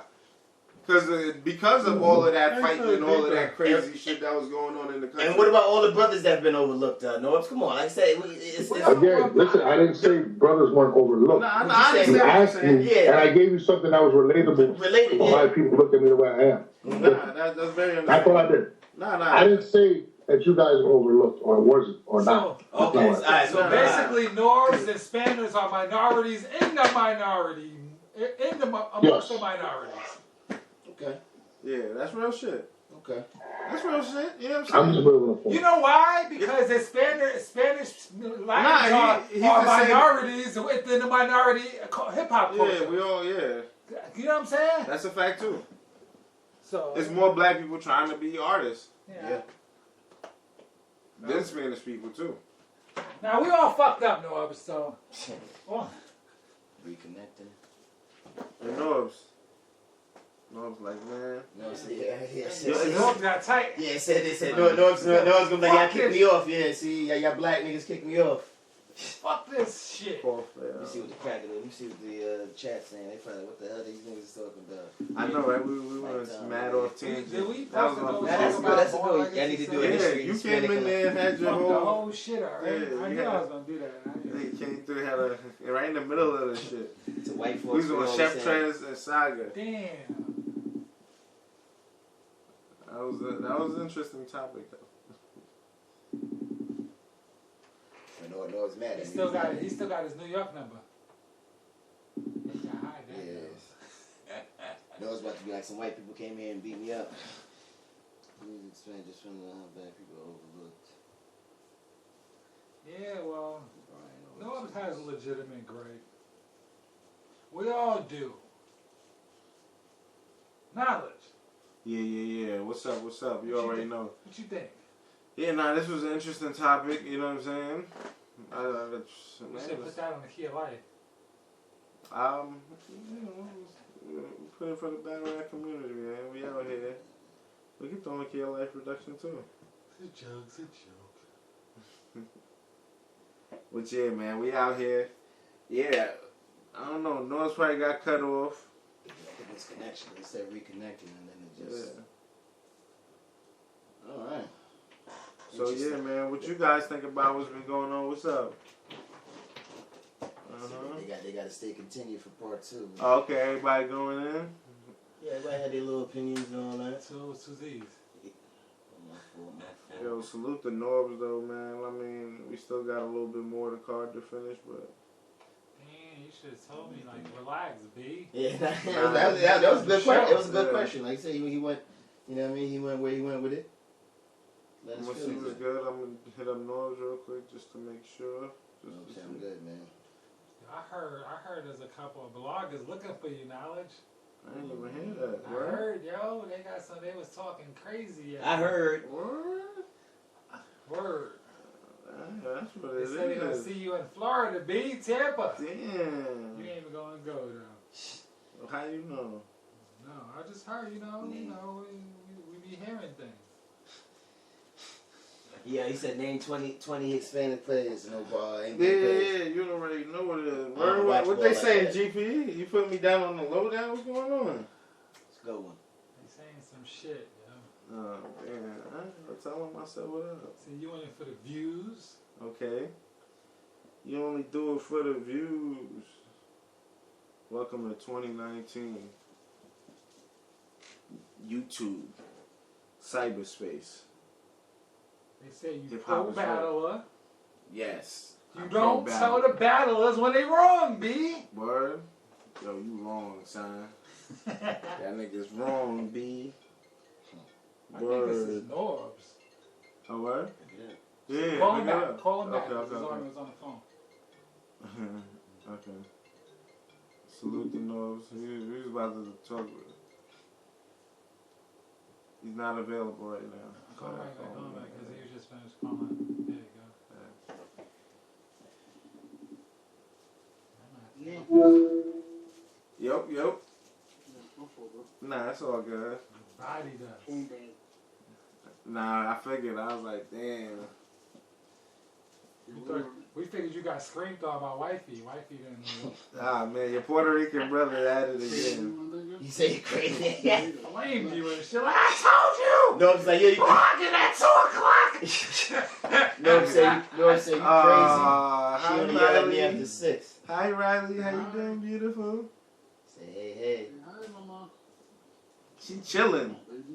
It look like Norbes is about to retire into the family life for real. Nah, man, that just make you go harder, right? Norbes, talk about it. Alright, you don't got no kids? Oh yeah. Nah, my bro got grown adults. Yeah. My girls is huge. My bro, yeah, he done passed that We stage passed that stage already. twice Norbes. over, like Norbes. I started early, Norbes. My early 20s. Nah, yeah, nah, she's a beautiful girl, man. Chilling. She, What we getting into that? What we talking about? We gotta finish that card though. yeah, we was getting into the card until your Puerto Rican brother came and So you on call like a half an hour Yeah. off the cards. Keep saying Puerto Rican brothers. nah, you know I gotta let Norbes know, man. We got love for him over here. I'm letting them know. Yeah, this is- You know what I'm saying? Oh, shit. At least some of y'all do. Yes, I We am. having an hour conversation about what does this nigga do? Hey, yo, bro. You know what's crazy? Every niggas that when they be mad at you don't think they good. Or a chick done banged 150 niggas and she mad that everybody know about it. When you told her, yo, stop fucking battle rappers. Stop making fake. Yeah, said relax, yeah. I learned a long time ago, man. time ago. I kind of realized it's more lately. Stop right there. You're going to break my whole fucking setup, man. Jesus Christ. Yeah, you know, she ready to run now. Preferences. God damn, really? Yeah, my daughter grabbed some whole shit up down the other day and dropped a lamp and all that like it was nothing. I was like, damn. So I was like, this gotta go down. You know what I'm saying? You can't play 2K Yeah. with these kids in the room. I didn't broke my whole setup. Nah. We back on? Yeah, we good. Yeah, let's get, I don't want to get into the political shit. Isn't supposed to be each That's how I really feel, bro. I'll be honest with you. So, you know, that shit for the earth of my soul. It's playing in front of the TV. Hold on 1 second, Norbes. We was trying to get our value. Y'all niggas want to see when y'all out here, it's going to be me for myself. Okay, yeah, we good now. Say that again? I said, y'all gonna see when you're out here, when one of your siblings gonna be me by myself. He's gonna do you by yourself. No, like just doing everything. Just on my own. Like, I don't really rely on nobody. You know what I mean? You need a team. You was here last time, nigga. Who you saw? Me? Yeah, you. That's it. Stop. You, Smack, Beasley, Chico. I don't know. You see him at the event, nigga. He said they came in. Norb said I had to put it together. Alright, great. I mean, it's all good. Don't matter. It was cool. Nah, I like doing shit on my own. yeah, I know it's fun, you know what I'm saying? Because this card is crazy. Like, you know what I'm saying? This card is like, you know what I'm saying? Different from a lot of Born Legacies. Like, we just went over a couple battles. Let me kiss. Let me kiss. Nah, thanks. Let me kiss. I'm going crazy, bro. Let's talk You about. cannot get on the microphone, babe. Stop it. Let's talk about the Yeah. Let's talk about it. Prep and Loso. Yeah, Prepeloso's dope. I thought we just spoke on Prepeloso. We didn't speak on him? No. We just spoke on Chef Saga Trez. and Chef Trez. Yeah. You ready? Let me know when you're ready. Yeah, we ready. We good. Well, Prepeloso, man, it's kind of like I said, designing this card, it was really like kind of to bridge, you know, the guy that should be going to the next level. And Loso's an individual that kind of came into the game, kind of like with the airtime, man, I don't need to do this, and that. And he was like the golden boy of battle rap. Like, people really loved him. Like, yo, Loso did this, Loso did that. And like, remember at one point I was like, yo, is he ever gonna do a PG? Whatever. And it got to the point where I didn't even care. And for the first time, you know, he ended up getting on Gnome and finagling his way on there and doing his quote unquote PG on there. And does well, and you know, everything was smooth sailing. Everybody's like, oh, he didn't need to do this, he didn't need to do that, and he's whatever, he's, you know, the god.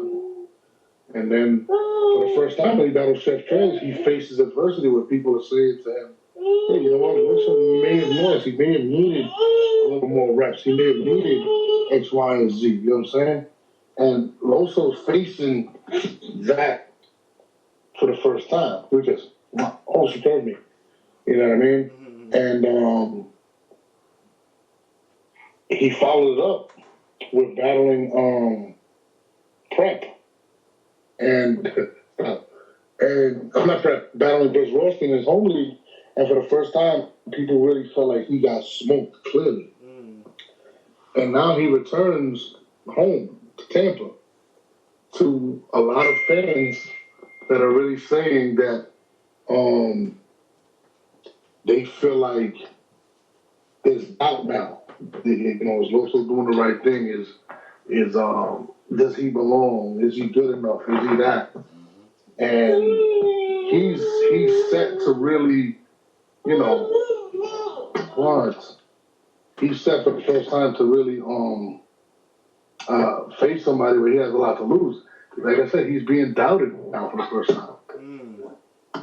And you know, he needs this performance. For the first time in his career, people are questioning, does Loso, should he have done this? Does he belong? Does he do that? And, you know, it's crazy. And then you look at the other side, Prep has faced all of that. Prep has already faced, you know, being a top prospect to, you know, people saying he was over, that he's done with, and now he's on his way back, and he's kind of, in a sense, reinvented who he is with the whole dirty prep thing, and is he, prep is building momentum, and it's one of the matches that they both have a lot to lose and a lot to gain for the simple fact that, it's in Tampa, Loso's facing adversity, Prep is trying to climb out and become a star again, and Born Legacy 7 is the stage where it's set on to where they can prove that they really do belong. Loso's been through, he came in the game and, he was God. Like, people loved him. The bitches wanted to fuck him. He couldn't lose. All that. And now it's like, hey, Loso, Briz fucked you up. So it's a lot of shit that's playing into that battle, and that makes it so much doper to me. And it's a dangerous battle for Loso. Like, Prep is an individual that seems to have found his groove, understands what he has to do, has reinvented himself as a battle rapper, has really changed the outlook on how people view him, and is still trying to change the outlook every day. So that's a battle that there's a lot on the table, man. It's a really super dope battle. Man, I'm not gonna lie, you definitely put a good battle together with this one, because I really like how Prep just had a crazy battle, and it's like, can he keep it up? Because he's been really killing. You know what I'm saying? Them smaller stages, all that. Can he really come back against a hungry Loso? Because we know Loso he's about to show y'all, like, nah, I got caught slipping a little bit. You know what I mean? Type shit. You feel me? Like, he really got to show that he really, you know what I mean, could kill. And this is going to be, and it's in Florida, so this is going to be big. Oh. Damn, man. You good? What's she doing? Cut this interview off. Come on, you going with your mother. Your mother wants to sit down and watch fucking hip-hop. Come on. Jesus fucking Christ. I did my upload, thank you. Hold on, yo. Fez, can you take it? I'm almost done uploading this. Hey. My fault, y'all. My daughter just ruined my upload because it did. Oh, yeah, what you saying? Sorry, guys. It's the life of having kids. We understand. Loso, this is going to be interesting. No, it's going to propel Loso. Like, it's either going to propel him, or it's going to prove a lot of the people that have doubts in Loso right now that if he belongs or not. Like, again, this is the first time he's faced adversity. This is the first time that people have doubted him. He came into this with everybody cheering him on. Like, he's this, he's that, he's the best. And now for the first time, people are doubting him. And again, like I said, Prep has faced that for years. Prep has been, he's seen the ugliest side of it. He's gotten bodied by Chilla Jones. You know what I mean? He's been through it. And now he's more on some retribution shit. He's cleaning up his name. So they both got a lot to lose. It's a really dope battle, bro, because it's such a storyline. They both kind of came up the same way. And one experienced a lot more heartache than the other did. What do you, now I'm going to talk about this one right here. It's like a mega fight right here for me. It's the Avin franchise. That one right there is like, franchise been like working. He been like, I like the trailer where he was just talking crazy. I'm next. I'm that one. Like, you know what I mean? I'm like, yo, franchise. Listen, man. He's going to have to prove it because, Now, not Prep, Av, he was at one point looked like the Terminator, right? Yeah. And then all of a sudden he meets Old Red, and then people started doubting him, and he kind of took like a dip. People started doubting him, and all of a sudden now he seems to have gotten all that swagger back. Yeah, so he's facing a dangerous opponent, like. And that's on top of his game. His battle against Arsenal was fucking crazy, bro. Like, he was blacking on Arsenal. Oh, yeah, that's 3-0. Yeah, and that's what I'm saying. He's finally found the groove, man, against the glue. He's back just getting loose. And franchise, it's a situation where you have to take the right approach. You don't step into the ring with Mike Tyson and say, hey, I'm going to go toe-to-toe with Tyson. I'm going to try to outbox him. And he has to kind of figure out a way to outbox Av. And you got probably opponent A1 and 1A with him and Rum Nitty as the best punchers in the world. One might be cleaner than the other, but there's not too many guys that can punch with these individuals, and you have to kind of find a way in this battle. And it's a tall task to ask somebody like Franchise who's never seen anything like him. Probably the battle of the night. So it's crazy. Wasn't Rum and Av on Born Legacy? If I'm not mistaken, Born Legacy. Yeah. Yep. Two? Absolutely. I set that up a long time ago. Now let me ask you real quick. When you set that up, did you know it was gonna be what it turned out to be? Classic. You know what's crazy? So I'll tell you the backstory on that. So basically, what happened was, it was Born Legacy before that. It was when he battled Mike P. Right? Okay. I had set up him versus Mike P. As soon as Av was done, I turned around, I looked at P, and I said, "Hey man, you know what? It's time." He's like, "What you mean it's time?" I was like, "Yo, Av versus Rum Nitty is his next battle, and that's gonna be the battle of the year. It's going to be arguably one of the greatest battles of all time." You knew it. And he looked at me like I was crazy. And I was like, nah, it's going to be, that's the one. And he was like, he kind of looked at me like I had two heads. And I remember calling, the hunger. I called, what's his face, KG. He said, yeah, no, we can do it, da-da-da. And I ended up getting like a little beef with, what's his name? With Nitty, because he never agreed to it. So when I spoke to him, I thought he agreed to it. You know what I'm saying? I was under the impression that he agreed to it. Turns out he didn't feel like he was a formidable opponent. And then, he hit me with the whole, I battled fucking Arsenal and B-Magic, and you know how I do. I don't care. That doesn't mean shit to me. Like, and I told him, that's crazy. Like, this is gonna be your biggest battle ever. And he kind of scoffed at me, laughed. Wow. Come on, my nigga. Like, there's no way. That's crazy. And I was like, no, dog, it is. And what ended up happening was I had to end up paying him a lot more to do the battle because he really didn't believe me. And I told him after the battle, you're going to thank me. No, upset. Give me some of that money back. Yeah. I need 10%, sure. Yeah, that's crazy. That's crazy story. Yeah. And, to this day, that is clearly one of these greatest battles of all time. Like, it's not even, it's one of the greatest battles to ever happen on stage. Ever. I have it as my top 3 battle. Yeah. So, okay. It's phenomenal, though. Like, that battle is definitely, it's insane, bro. Yeah. Now, I was proud to even be a part of that. Mm-hmm. Now, what you mentioned earlier about, Prep and Jerry West being on the cusp to go into the next level, I definitely feel like Franchise, this is, and I don't feel like he has to, beat Av clearly. I just feel he has to just show up. Like you said, don't try to, punch with him, but just, show up, box, and just give a good showing.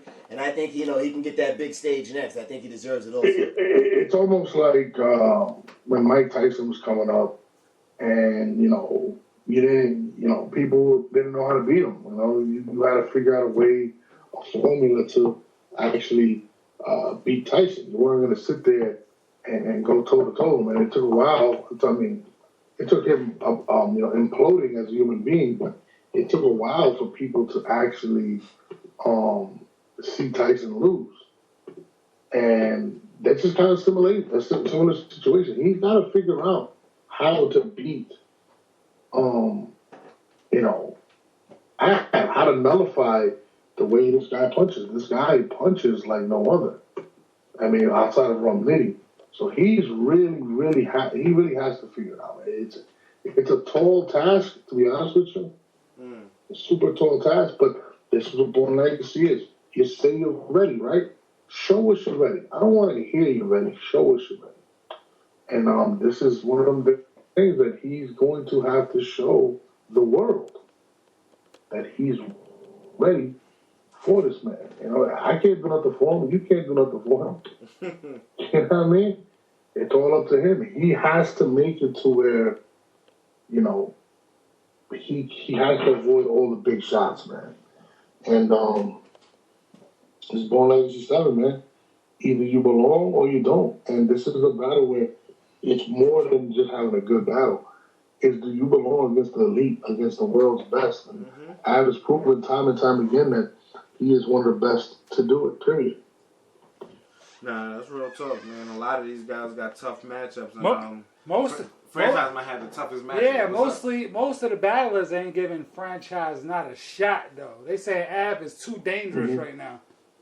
Nah, Av is serious. Like he's been on fire. Like yeah, set him up, Norbes. He's fucking shit up right now. Av is just he's an animal right now. You setting franchise up, Norbes? Nah, franchise want this. Oh man, he wanted it. Listen, franchise want this more than anything. I present things to people, and it's up to them to accept them. This is who he wanted. This is the match he wanted. Yeah. I gave him the match. Wow. It's up to him. I can't do nothing. I can't protect these guys. Just battled Danny Myers, though. Sit here and protect these guys. I'm not going to put them in an environment that's better for them. This is a challenge. You know what I'm saying? Your job is you belong. You better come beat this nigga July 13th in Tampa. You know? What you thought about his showing against Danny Myers franchise? I didn't see it. I actually didn't watch it, but I heard he did well. But I did not see it. I'm not gonna lie to you. I you know what's crazy? I don't really watch battles like that, bro. Like I watch them when I have to watch, when I have to evaluate. And I've seen what I've seen in him, and nothing that he was gonna do in that battle versus Danny Myers was really gonna change my thought process. And I you know, I believe with Av, this is his biggest test. You know what I'm saying? Like the stage, the crowd, the opponent, the ambiance of it, and the fact that you know, being on Born Legacy has a lot to also do with this, more than just battling. You know, this is promoing, and a lot of these guys don't realize when you do Born Legacy, this is your first time to promote as if you're in a big event. You know what I'm saying? And I hold that extremely high to people. And when the next time I book Born Legacy 8 or whatever, I take that into account. Like, hey man, like damn, you didn't really promo that much. You didn't show me you belong. So it's more than just the bars. This is the first time you're in an event to where people want to see it. People want to be excited about it. So it's a test all around the board as to if you belong or not. You know what I mean? I agree. Because a lot of these niggas are boring, bro. Like, you know, like when I see Averb in a blog, I get excited. I can't say the same for a lot of people. You know what I mean? And I feel like a lot of these guys have got to learn that, yes, it matters when you're in there. But again, Born Legacy 7 is a test of all tests because everything that you need to be a successful battle rapper, you have to do in Born Legacy. Okay. You had, I seen the final addition to the card was Geechee and John John. What was the mindset? Because John John's fresh off, well, they're both fresh off a known. Like crazy battles. This Geechee just battled Surf. Every one of the card. craziest battles. Every card. Night. John John had one of the Every biggest fucking moments bar. that night. Yeah. You know what? This is just a great battle. I mean, John John is one of the most overlooked battle rappers in the history of battle rap. He continues to add on to his legacy, add on to his greatness. And, you know, when you put him in front of somebody that doesn't belong, he shows you he doesn't belong. John is phenomenal. And he's facing a guy that continues to get better. Every time we think this is the one, and he's not going to be that good, he's great. Every time we feel like, well, he's battling too much, you can't get enough of him. Geechee Gotti is one of those guys that's phenomenal. And in this battle, I kind of worry about John. And people are like, yo, but you just picked him up. Yes, John is great when he has an angle on you. I don't know what angle he has with him against Gotti. So to me, this is such a dope challenge for John to beat Gotti.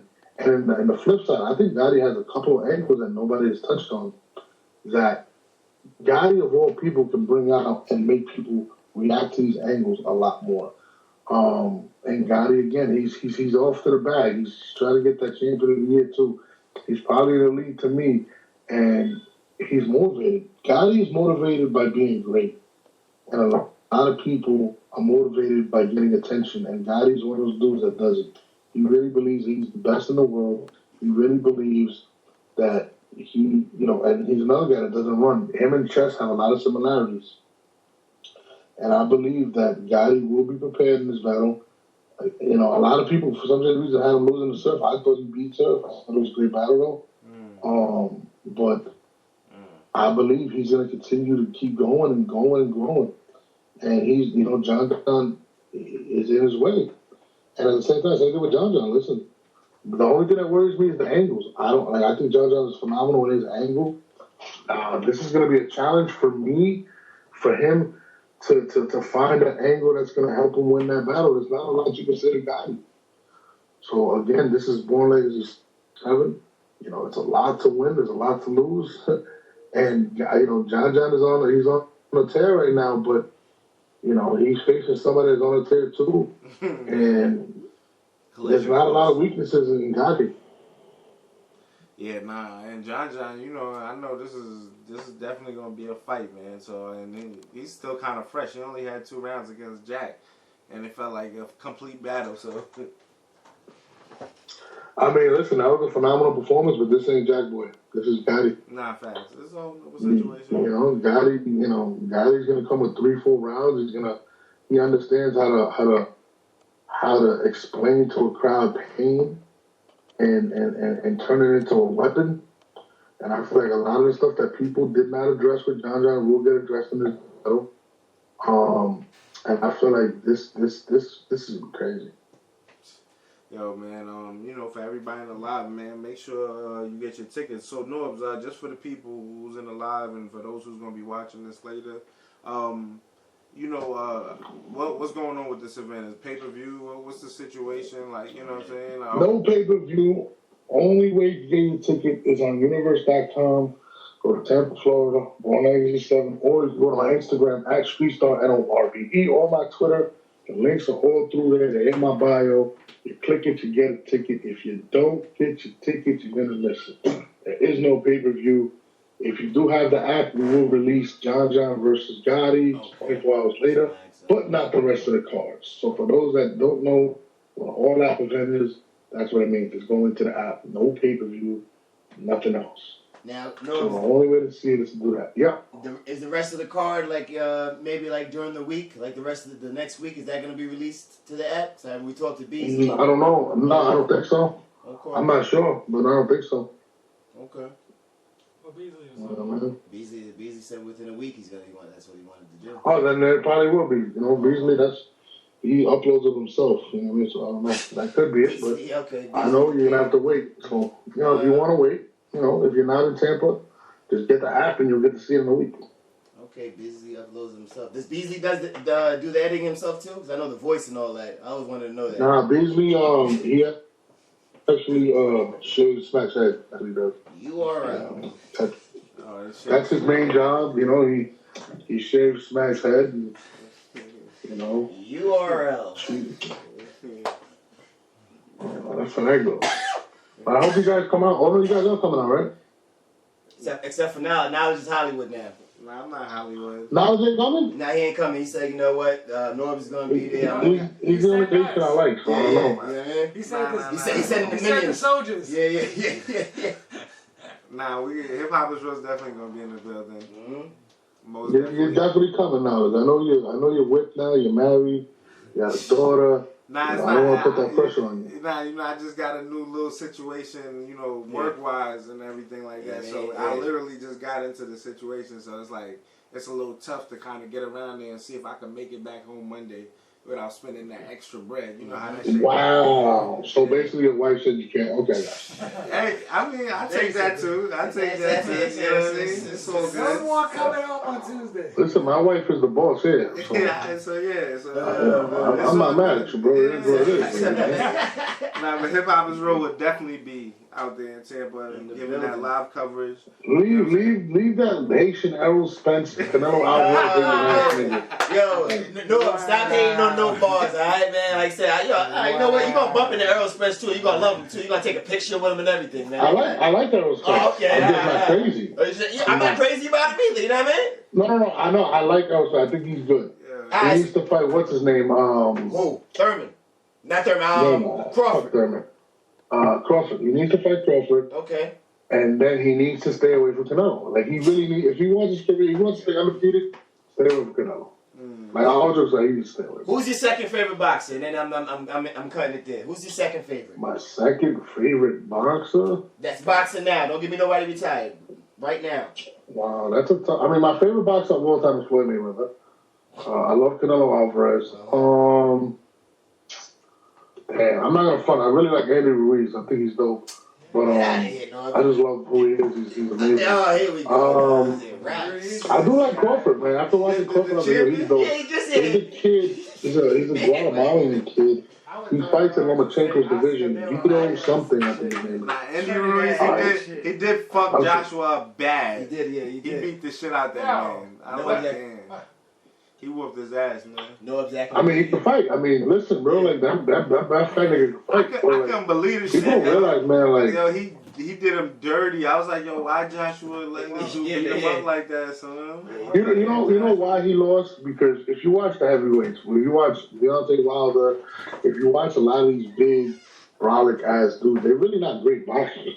Not at all. Guys that hit really hard. Yeah, exactly. And if you watch a guy like Andy Ruiz goes to the body, goes to the head, throws multiple punches. He's fast. Yeah. They're not used to getting countered, or they're not used to multiple punches coming. They're used to Deontay Wilder bullying, throwing a hook and another hook. Yeah. No, that's what they used to. That's why Tyson Fury to me beat him, because he boxed him. The difference is Andy Ruiz throws better combinations. No, they had the jokes on my boy though. They was trying to snap on him because he ain't had no muscles and all that shit, like calling niggas. That shit don't mean nothing. I tell people that's why I was like, yo, you whooped the nigga ass. When people talk about, you know what I mean? like homosexuals, that they mean gay. I don't mean he can't whoop your ass because he gay. You know what I'm saying? Like, looks can be deceiving, bro. Like, people gotta stop doing that shit. Andy Ruiz, really, like, he's a box, bro. I seen him fight before that, and I was like, yo, he's dope. Yeah. He's a problem, man. So, I mean, I was happy to see him do his thing. But I will say this. I like Anthony Joshua as a person. Like, the way he took that L. And, respectable, definitely. Definitely respectable. Kept it like, you know what I mean? He ain't go crazy about it. I got Joshua beating Wilder though if they ever fight. When they fight. John said. Oh, wow. I want to say something about John. No, he's not beating Wilder. There's no fucking ways he's beating Wilder. We're gonna cross that bridge when it comes around. Yo, you really think that he's gonna be Wilder?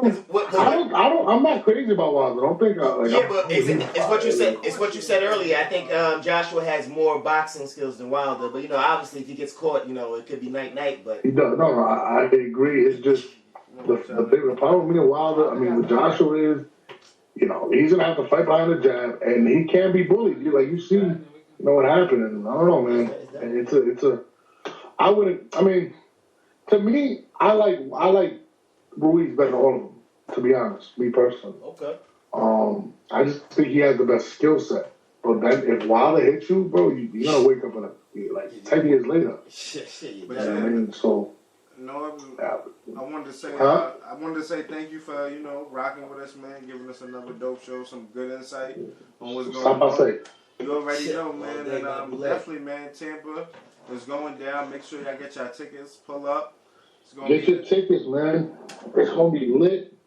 You know what I mean? I'm doing a pool party with strippers on Friday. You know what I mean?